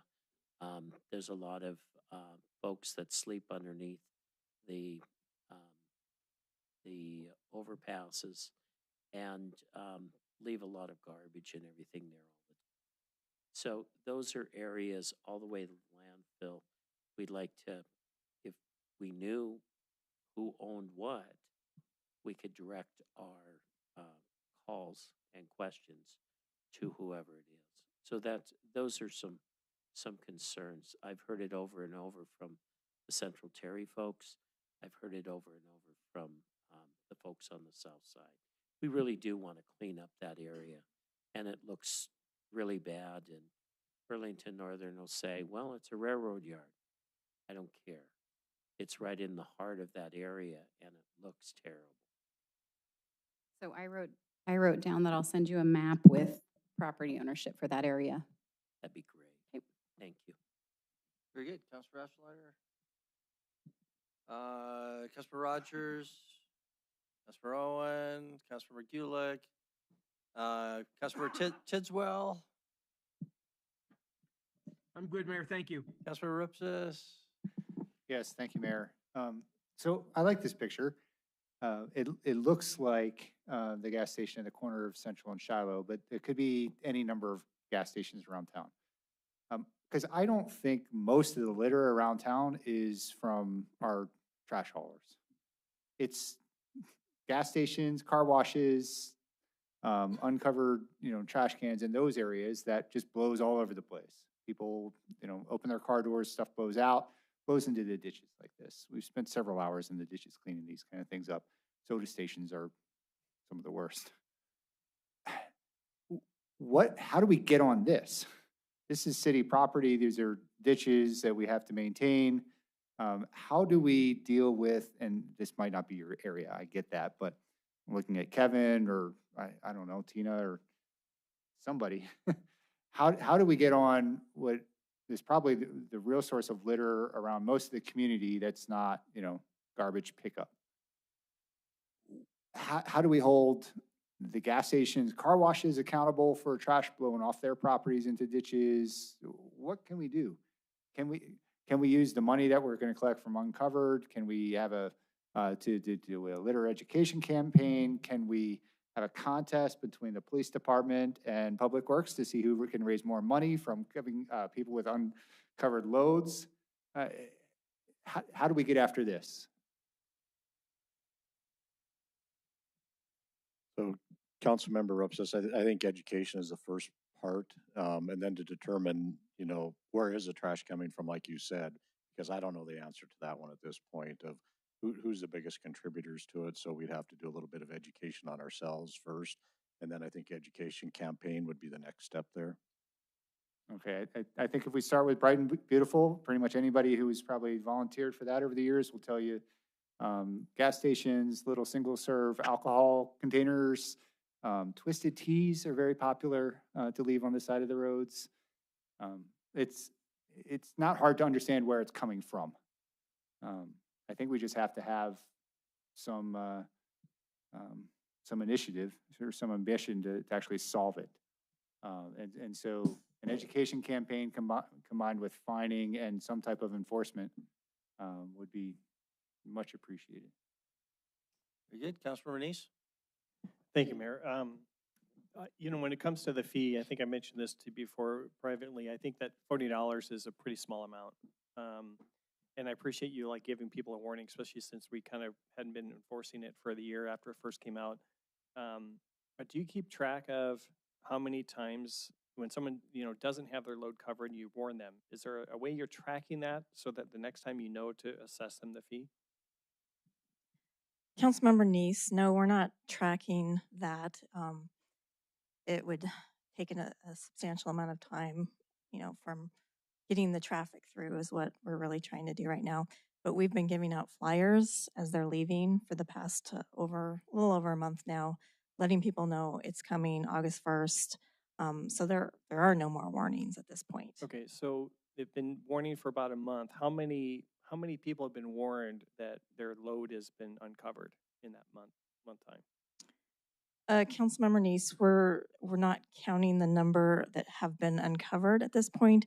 We're handing it out to everybody that comes through. So you don't really know how many have actually come in as uncovered then? We don't have that number. I can tell you that when I've been at the scale house, it's relatively low as far as a percentage wise, but that doesn't mean it's still not a problem. So that is why we will be enforcing it. Okay, I still think $40 is way too low, and it probably should minimally be doubled. And then if there's additional offenses where they come back again and they're uncovered, it should be doubled from there. And so it should be a progressive scale. And maybe there's something you guys need to do as far as keeping track of who is the violators, so that you know if you're first offense, second offense, third offense. I don't know how hard that would be if the number of uncovered loads is pretty minimal. Then I wouldn't think it would be too hard to put them on an Excel spreadsheet and someone come with an uncovered load, you put them in there. If their name shows up the second time, it's like, by the way, the fee this time is double that. Councilmember Neese, we can look at that. We'd also need a change in our resolution to be able to charge extra. Right. No, I think we should change that resolution on the amount and then also include a progressive type scale, similar to what we kind of do with the fire false alarms, where it progressively increases. And then I did have a question regarding the alleys. How are the alleys doing now that we switched out of the 300s to people just putting, well, actually from the 300s and also people just putting stuff out to be picked up? I still drive around and I notice, logs and bushes at times, or just, not just boxes, but just people normally would be picked up under the old system where we just picked everything up. It's just sitting either in the alley or the curbside for weeks at a time before it finally disappears. And some of the alley stuff has been there for a long time. Are you seeing more and more stuff in the alleys? Are the drivers notifying you of stuff that they are seeing in the alleys? And then are you reporting that to code enforcement? Is that a responsibility to take care of the alleys as well, like they do have the sidewalks and stuff like that? So it depends on the situation. A lot of times we'll get somebody call us and say, hey, I have a Ring doorbell. This truck drove by last night, dumped this off, and we'll go pick it up. This has always been a problem. Whether it was 300s or 90s, it doesn't matter. There has always been people dropping stuff in our alleys. I don't think there's been an increase of it since that particular event.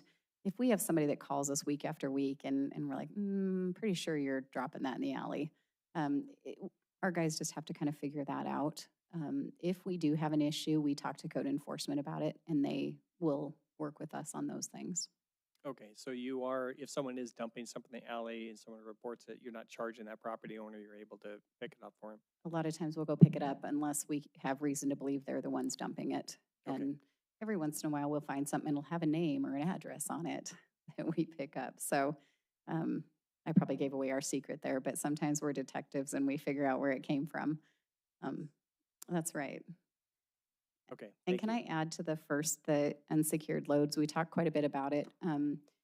Back to interpretation, it is called an unsecured load. So we have people that come up with branches and they have one rope thrown over it.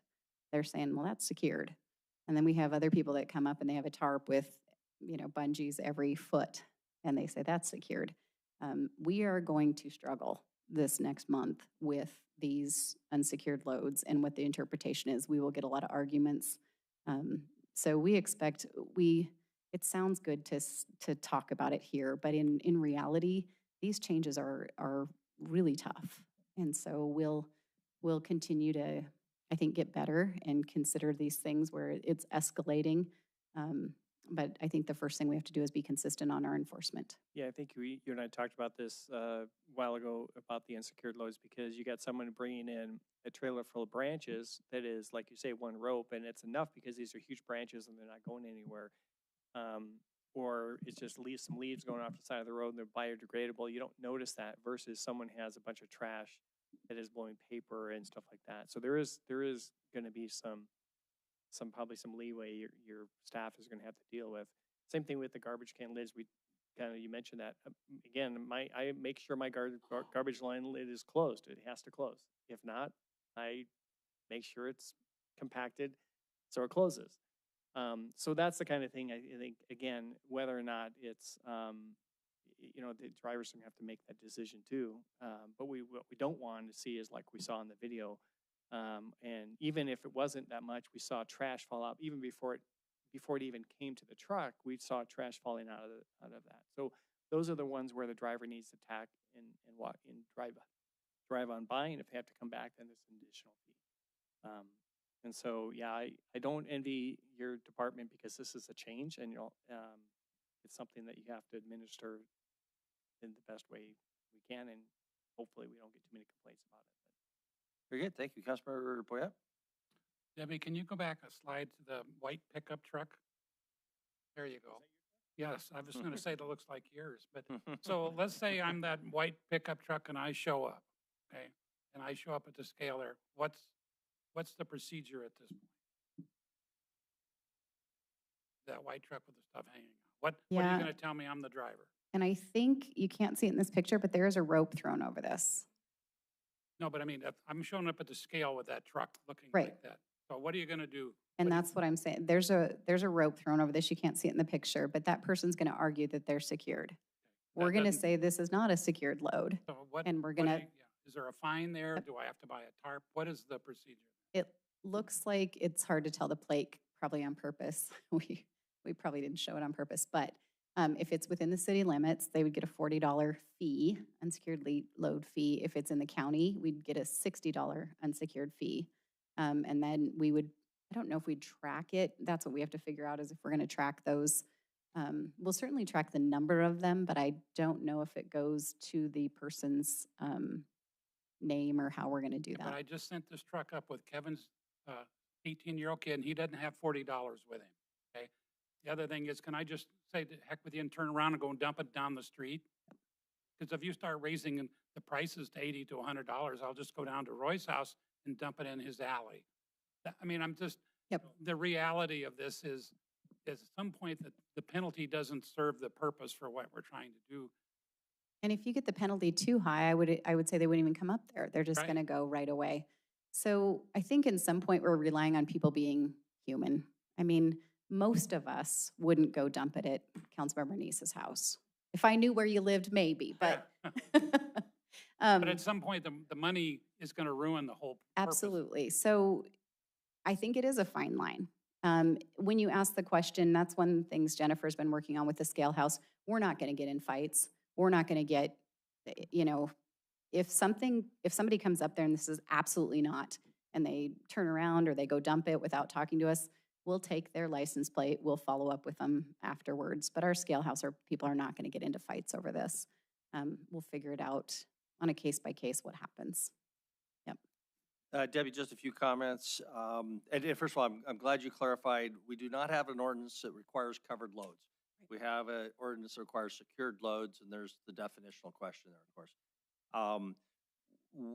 My personal encouragement would be, when it comes to overfilled individual containers, that we still pick them up, unless it's truly egregious, and that we have a good warning system, especially for a period of time, whatever that is, till people are really used to it. And that maybe on that warning, we could include a link to the video or something that explains the problem. Otherwise, it seems hyper technical. I was out there squeezing on mine this morning, and I'm thinking, this is a little ridiculous, because it's not going to be a problem, but it was not absolutely down. And I think we do need to be reasonable and maybe do some experiment. I really appreciate your taking the video, because there's going to be kind of a critical point. This is a matter of physics. And when those arms squeeze it, it's going to push it up actually higher, I observed there. But maybe you can just do enough video to really get a good semi-scientific cut point on that. Photos, when people arrive, these are really valuable, right? And having your people snap those pictures is going to be really important for everybody in learning. Talking to the task forces on the education component really is critical. I just came back from Vermont. There's garbage everywhere, but there's a lot less garbage in Vermont. And why there's a culture of cleanliness, I guess I'd call it. They have a bottle bill, and they have had for 50 years. And they charge people if you take a bottle, and it makes a difference. And recycling, they pay for that.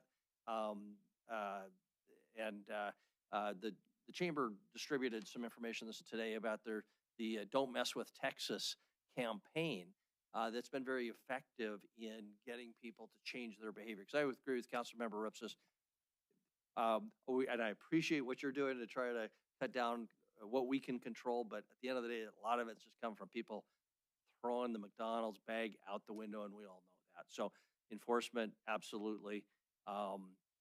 Otherwise, litter begets litter. When you see litter, it really encourages bad behavior. When you don't see litter, it also improves behavior. So those are all comments, I think, more than really questions. And Councilmember Asselleiter, and we'll wrap up and thank you again. Oh, no, I apologize. You had the issue of other counties. We need to come to back to that. I mean, I think the only thing that I would caution us of as we go through this and we start enforcement, I mean, we're all half-assed politicians, and we all want to make our constituents feel good. And when they call and they complain, it's easy to take the constituent side, right? So when we started actually enforcing the stuff that we're telling the department, you need to enforce, by God, then we also need to be the backstop with the complainers and the whiners that are going to call that their garbage can didn't get dumped, or they got a fine at the landfill and I didn't think that was right. You know, if we're going to put our staff and our team in this position, then we also have to have an actual backbone when they call us complaining and looking for a sympathetic ear.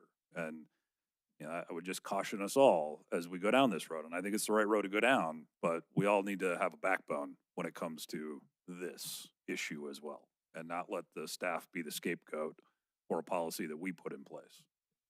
Paul, point well taken. Thank you. Debbie, you had another issue we want to wrap up, so we'll get on to that.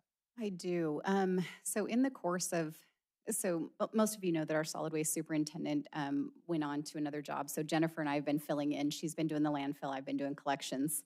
And so she has been digging into landfill, and we found out that we are not operating in accordance with our city code. So I'll let Jen kind of explain what she found here and why it matters, or maybe doesn't matter. Yeah, back in 2014, we changed the city code and required anybody outside of Yellowstone County that wanted to bring in garbage to our landfill to have an agreement with us. Prior to that, we used to have just basic agreements with, I think, about 16 different cities and counties that allowed any of their residents to bring trash into Billings. We changed it in 2014 to just have the contracts with the haulers, and that way we had insurance, we had various things. So it hasn't been happening. It was never enforced. So right now we are still accepting waste from these surrounding counties that we have always taken it from. We did some math to figure out like how big of a problem this is. Most of the trash that's coming in from the other counties is actually coming in from haulers that we have an agreement with. So we get about 60,000 tons from these other counties, and about 59.5 thousand of that is from hauling agreements. So we really only have about 600 tons that's coming in from these cash customers, these residents. They come in, they do their shopping, they bring their garbage with them. So I think the question is, do we change the ordinance and define it in that we will allow trash from these other counties? Or do we enforce the current ordinance, or do we just require agreements with everyone? There's different ways we can go. We don't think any way we go, it's a big problem. Obviously, we have talked and heard from other counties that heard that we were looking at this. They're concerned about what will happen if we don't accept it. So we would need to do a lot of outreach if we did change what we are doing. Jennifer, don't we charge more for out of county? And so wouldn't we just continue to accept it and charge them at the appropriate rate? Yes, we could continue accepting it, charging the out of county rate, and just change the ordinance to match the fact that we do this. Yeah, sounds right to me. Because right now we're collecting at the in-county rate because these haulers are collecting out of county, bringing them in, and they are getting charged the out of county rate. They are. They always asked city or county before we had the scanning system, and so all county was the same rate anyways, so they were getting charged the county rate. Okay, but now they're getting the out of county rate anyway. We'll just open it up for question on this and comments. I think as we dig into that, you'll have to look at the technical issue, which we've been looking at, or kind of, I don't want to say ignoring, but haven't been worrying about too much, which is our own capacity and the cost of expanding that capacity. That's what it comes down to, right? If the inn were full, we'd be turning it all away. The inn's not full. We do have some capacity. Are we, quote, making money on it? And that's good for our taxpayers, I think has been kind of the assumption. But we're going to need to see, or at least I'm going to need to see, some sort of semi-technical analysis on paper of cost of expanding. Does this make sense financially or not? Other questions, comments? Could I comment on that? Sure. Just for scale, Jennifer mentioned that this is about 600 tons.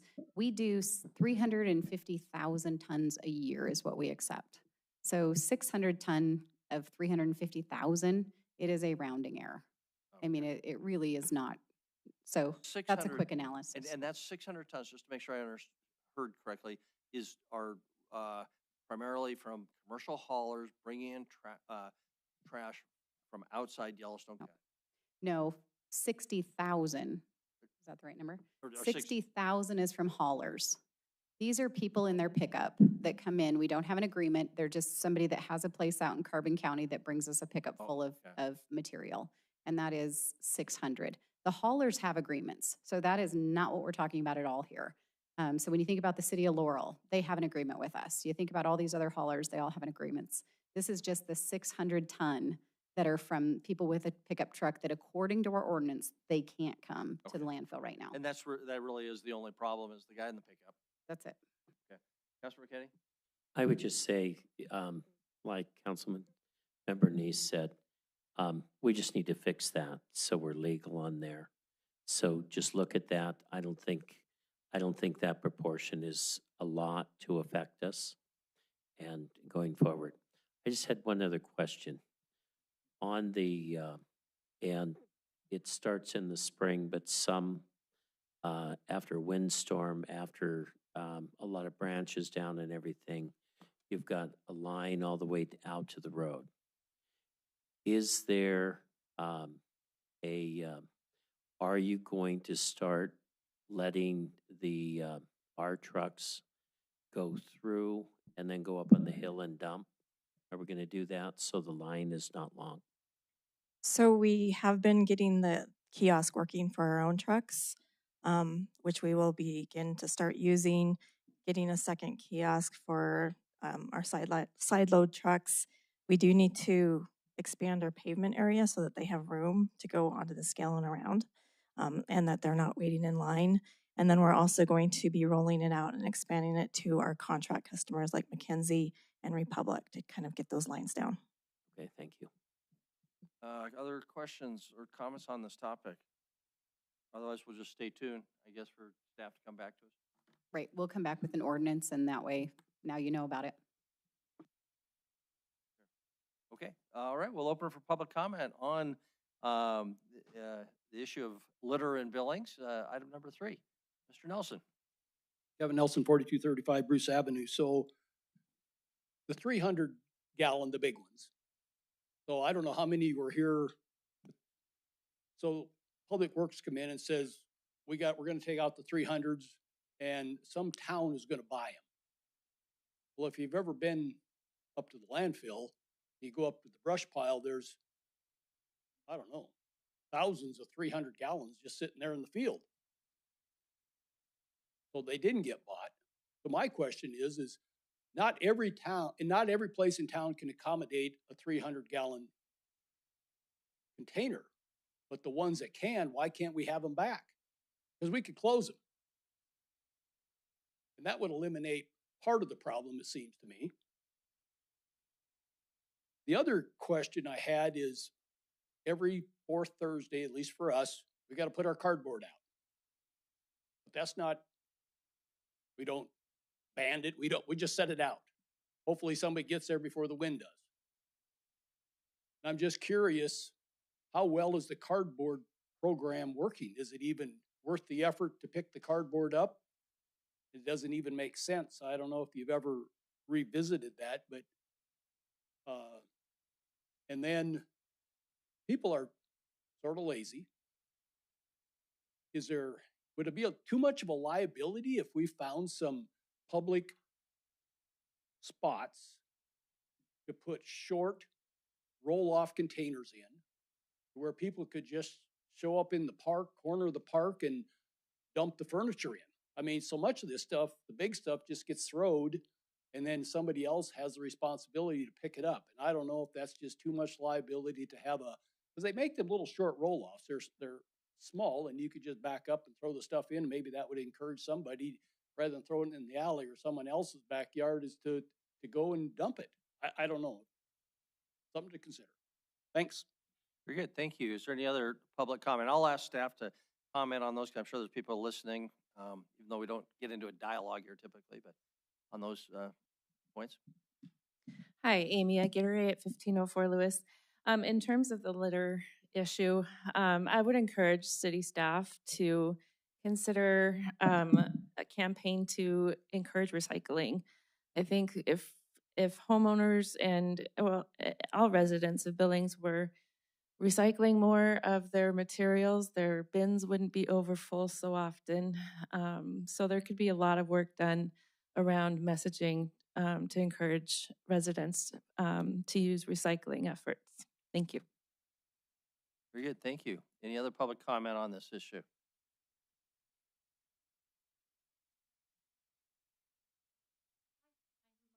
And I live at 716 Cross Street in Billings. I just wanted to mention that area that was referred to previously on the 6th Street West underpass. It is an area that many people use to go shopping at the grocery store at that intersection of 6th and Central. And I took a chance that we were still overloaded over there because I had seen an enormous number of bottles, cans, personal stuff strewn around. And I was able to get well over a garbage bag full just of the surface. The thing that concerned me a lot about that particular area was the pigeon poo. And it is a dangerous element with people walking through that, the sidewalk on the side of the underpass. And it isn't getting any lighter on its own. I had a mask on naturally and a shovel, but I didn't go that far because I just felt too exposed on the side with our traffic. If you've been, I bet most of you have been through there, not once, but many times. And on the side that's, what is it, southbound? Southbound. Then you're running into having to get out and actually scrape away that pigeon poo with a shovel. So I just didn't feel comfortable exposing myself. I hadn't been able to get in touch with anyone about a vest, a fluorescent vest. But I just wanted to make that known because there were quite a few people walking through, even though I was there for a short time. And they have to do it regularly. They're going shopping. They don't have a car. Bicyclists as well. Just a concern for our volunteers. Very good, thank you. Any other public comment on this item? All right, we'll close our public comment period. Debbie, I just want to give you the chance if you wanted to respond to those specific issues, any of them, but 300 gallons, how cardboard is going. My personal experience, I think, is people are doing that more, but it's still not ideal. And then staging containers for larger items where you could then go pick them up. So I'm going to start with the last one first. So we have historically had containers way back. There used to be recycling containers, there used to be other containers around town, and they were abused horribly.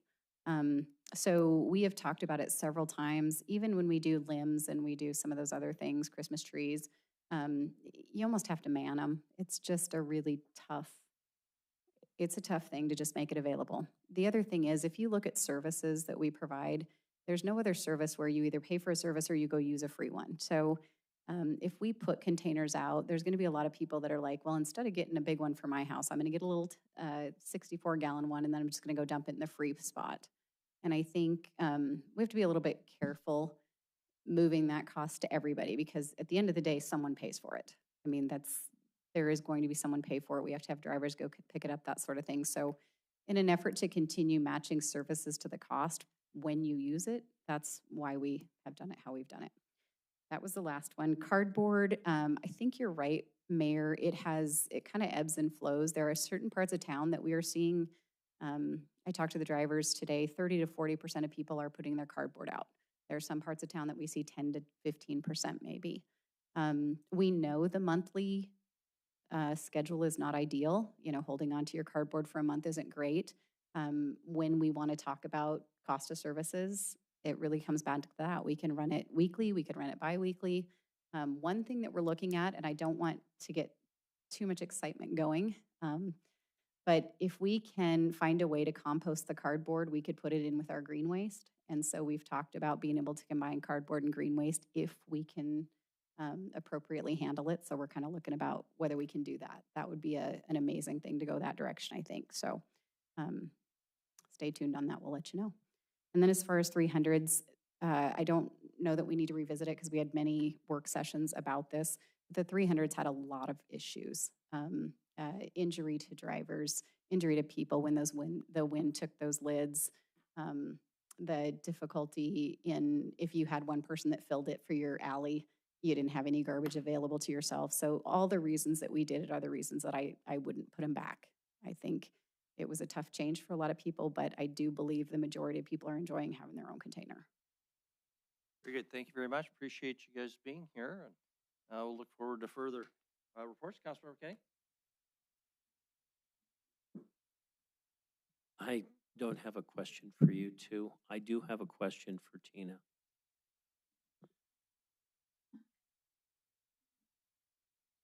Tina, 802 Yellowstone Avenue. I'm Yes. getting Where's calls that on it. exactly? We're getting a lot of calls. We're in August now. People are saying it was going to come down this summer. And so can you tell me a timeline? It will be down no later than September 30th. That's what the contract was. When? September 30th. Okay. No later than. Because It could be there's- sooner. I sent you a picture. There's people are going into the building. They're removing bricks. So we either need to secure it or someone needs to secure it. But So where those bricks are removed, there's things stacked in front of it. So the bricks look like you can get in. We were just in the building a week ago and there's been nothing moved, no activity.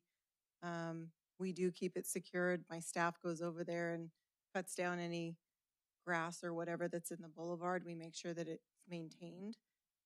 But because the loan agreement and some of the other paperwork took a little bit longer than expected, And then we gave the contractor the ability to fit it in among other jobs because during the summer, asbestos abatement is a priority at our schools. So they do those first. So we gave them till September 30th to complete the job. So no later than, but it could be sooner. Thank you. You're welcome. Very good. Thank you. Kevin, highlights of upcoming agenda items. So we do have the police labor union contract on the agenda for the 11th, but keep in mind that they are just going to start voting tomorrow through the 10th. So if they do ratify it, you will see that stay on the agenda. If not, then I would ask that it be removed then. And then the only other thing is 2 resolutions for the bid district downtown, one to create the bid and then one for appointing the board to the bid. So those are the 2 items coming up. Okay, very good. Any public comment on, or a question on that, Councilmember Raspberry?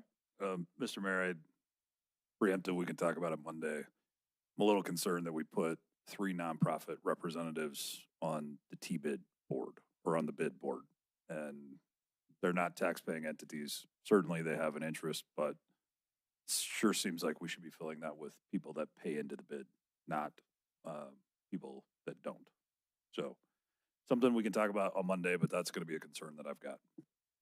Yeah, we'll have to look at that because there's a statutory requirement about property ownership. So they'd have to be property owners, but maybe the nonprofits are, but they may be property owners. The bids, they pay the bid.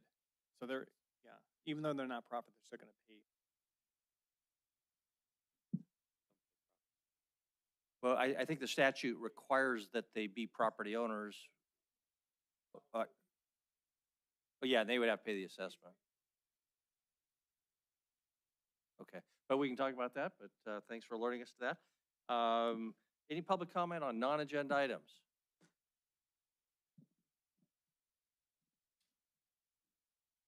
Got a handout for you.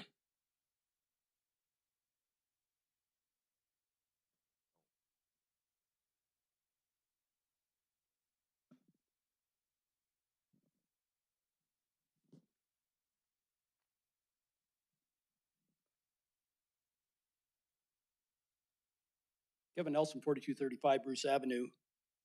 So Lori, that would be my wife. So she writes on July 31st at 5:59 p.m., Lori contacted the Billings Police Department for a home 3 doors down, had a car in the driveway with its boombox rattling the windows in our home. Police were called. Lori was told by the police, no noise ordinance in Billings except after 10 p.m. That's what the police told her. No noise ordinance.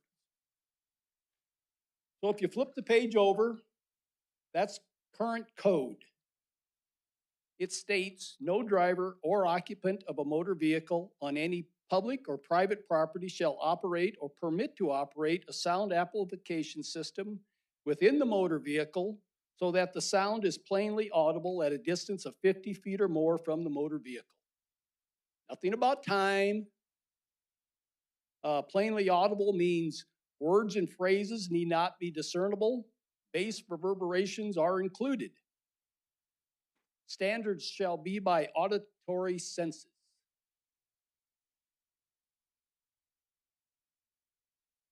So I sent in, you remember, I asked records request for municipal infractions on loud stereos.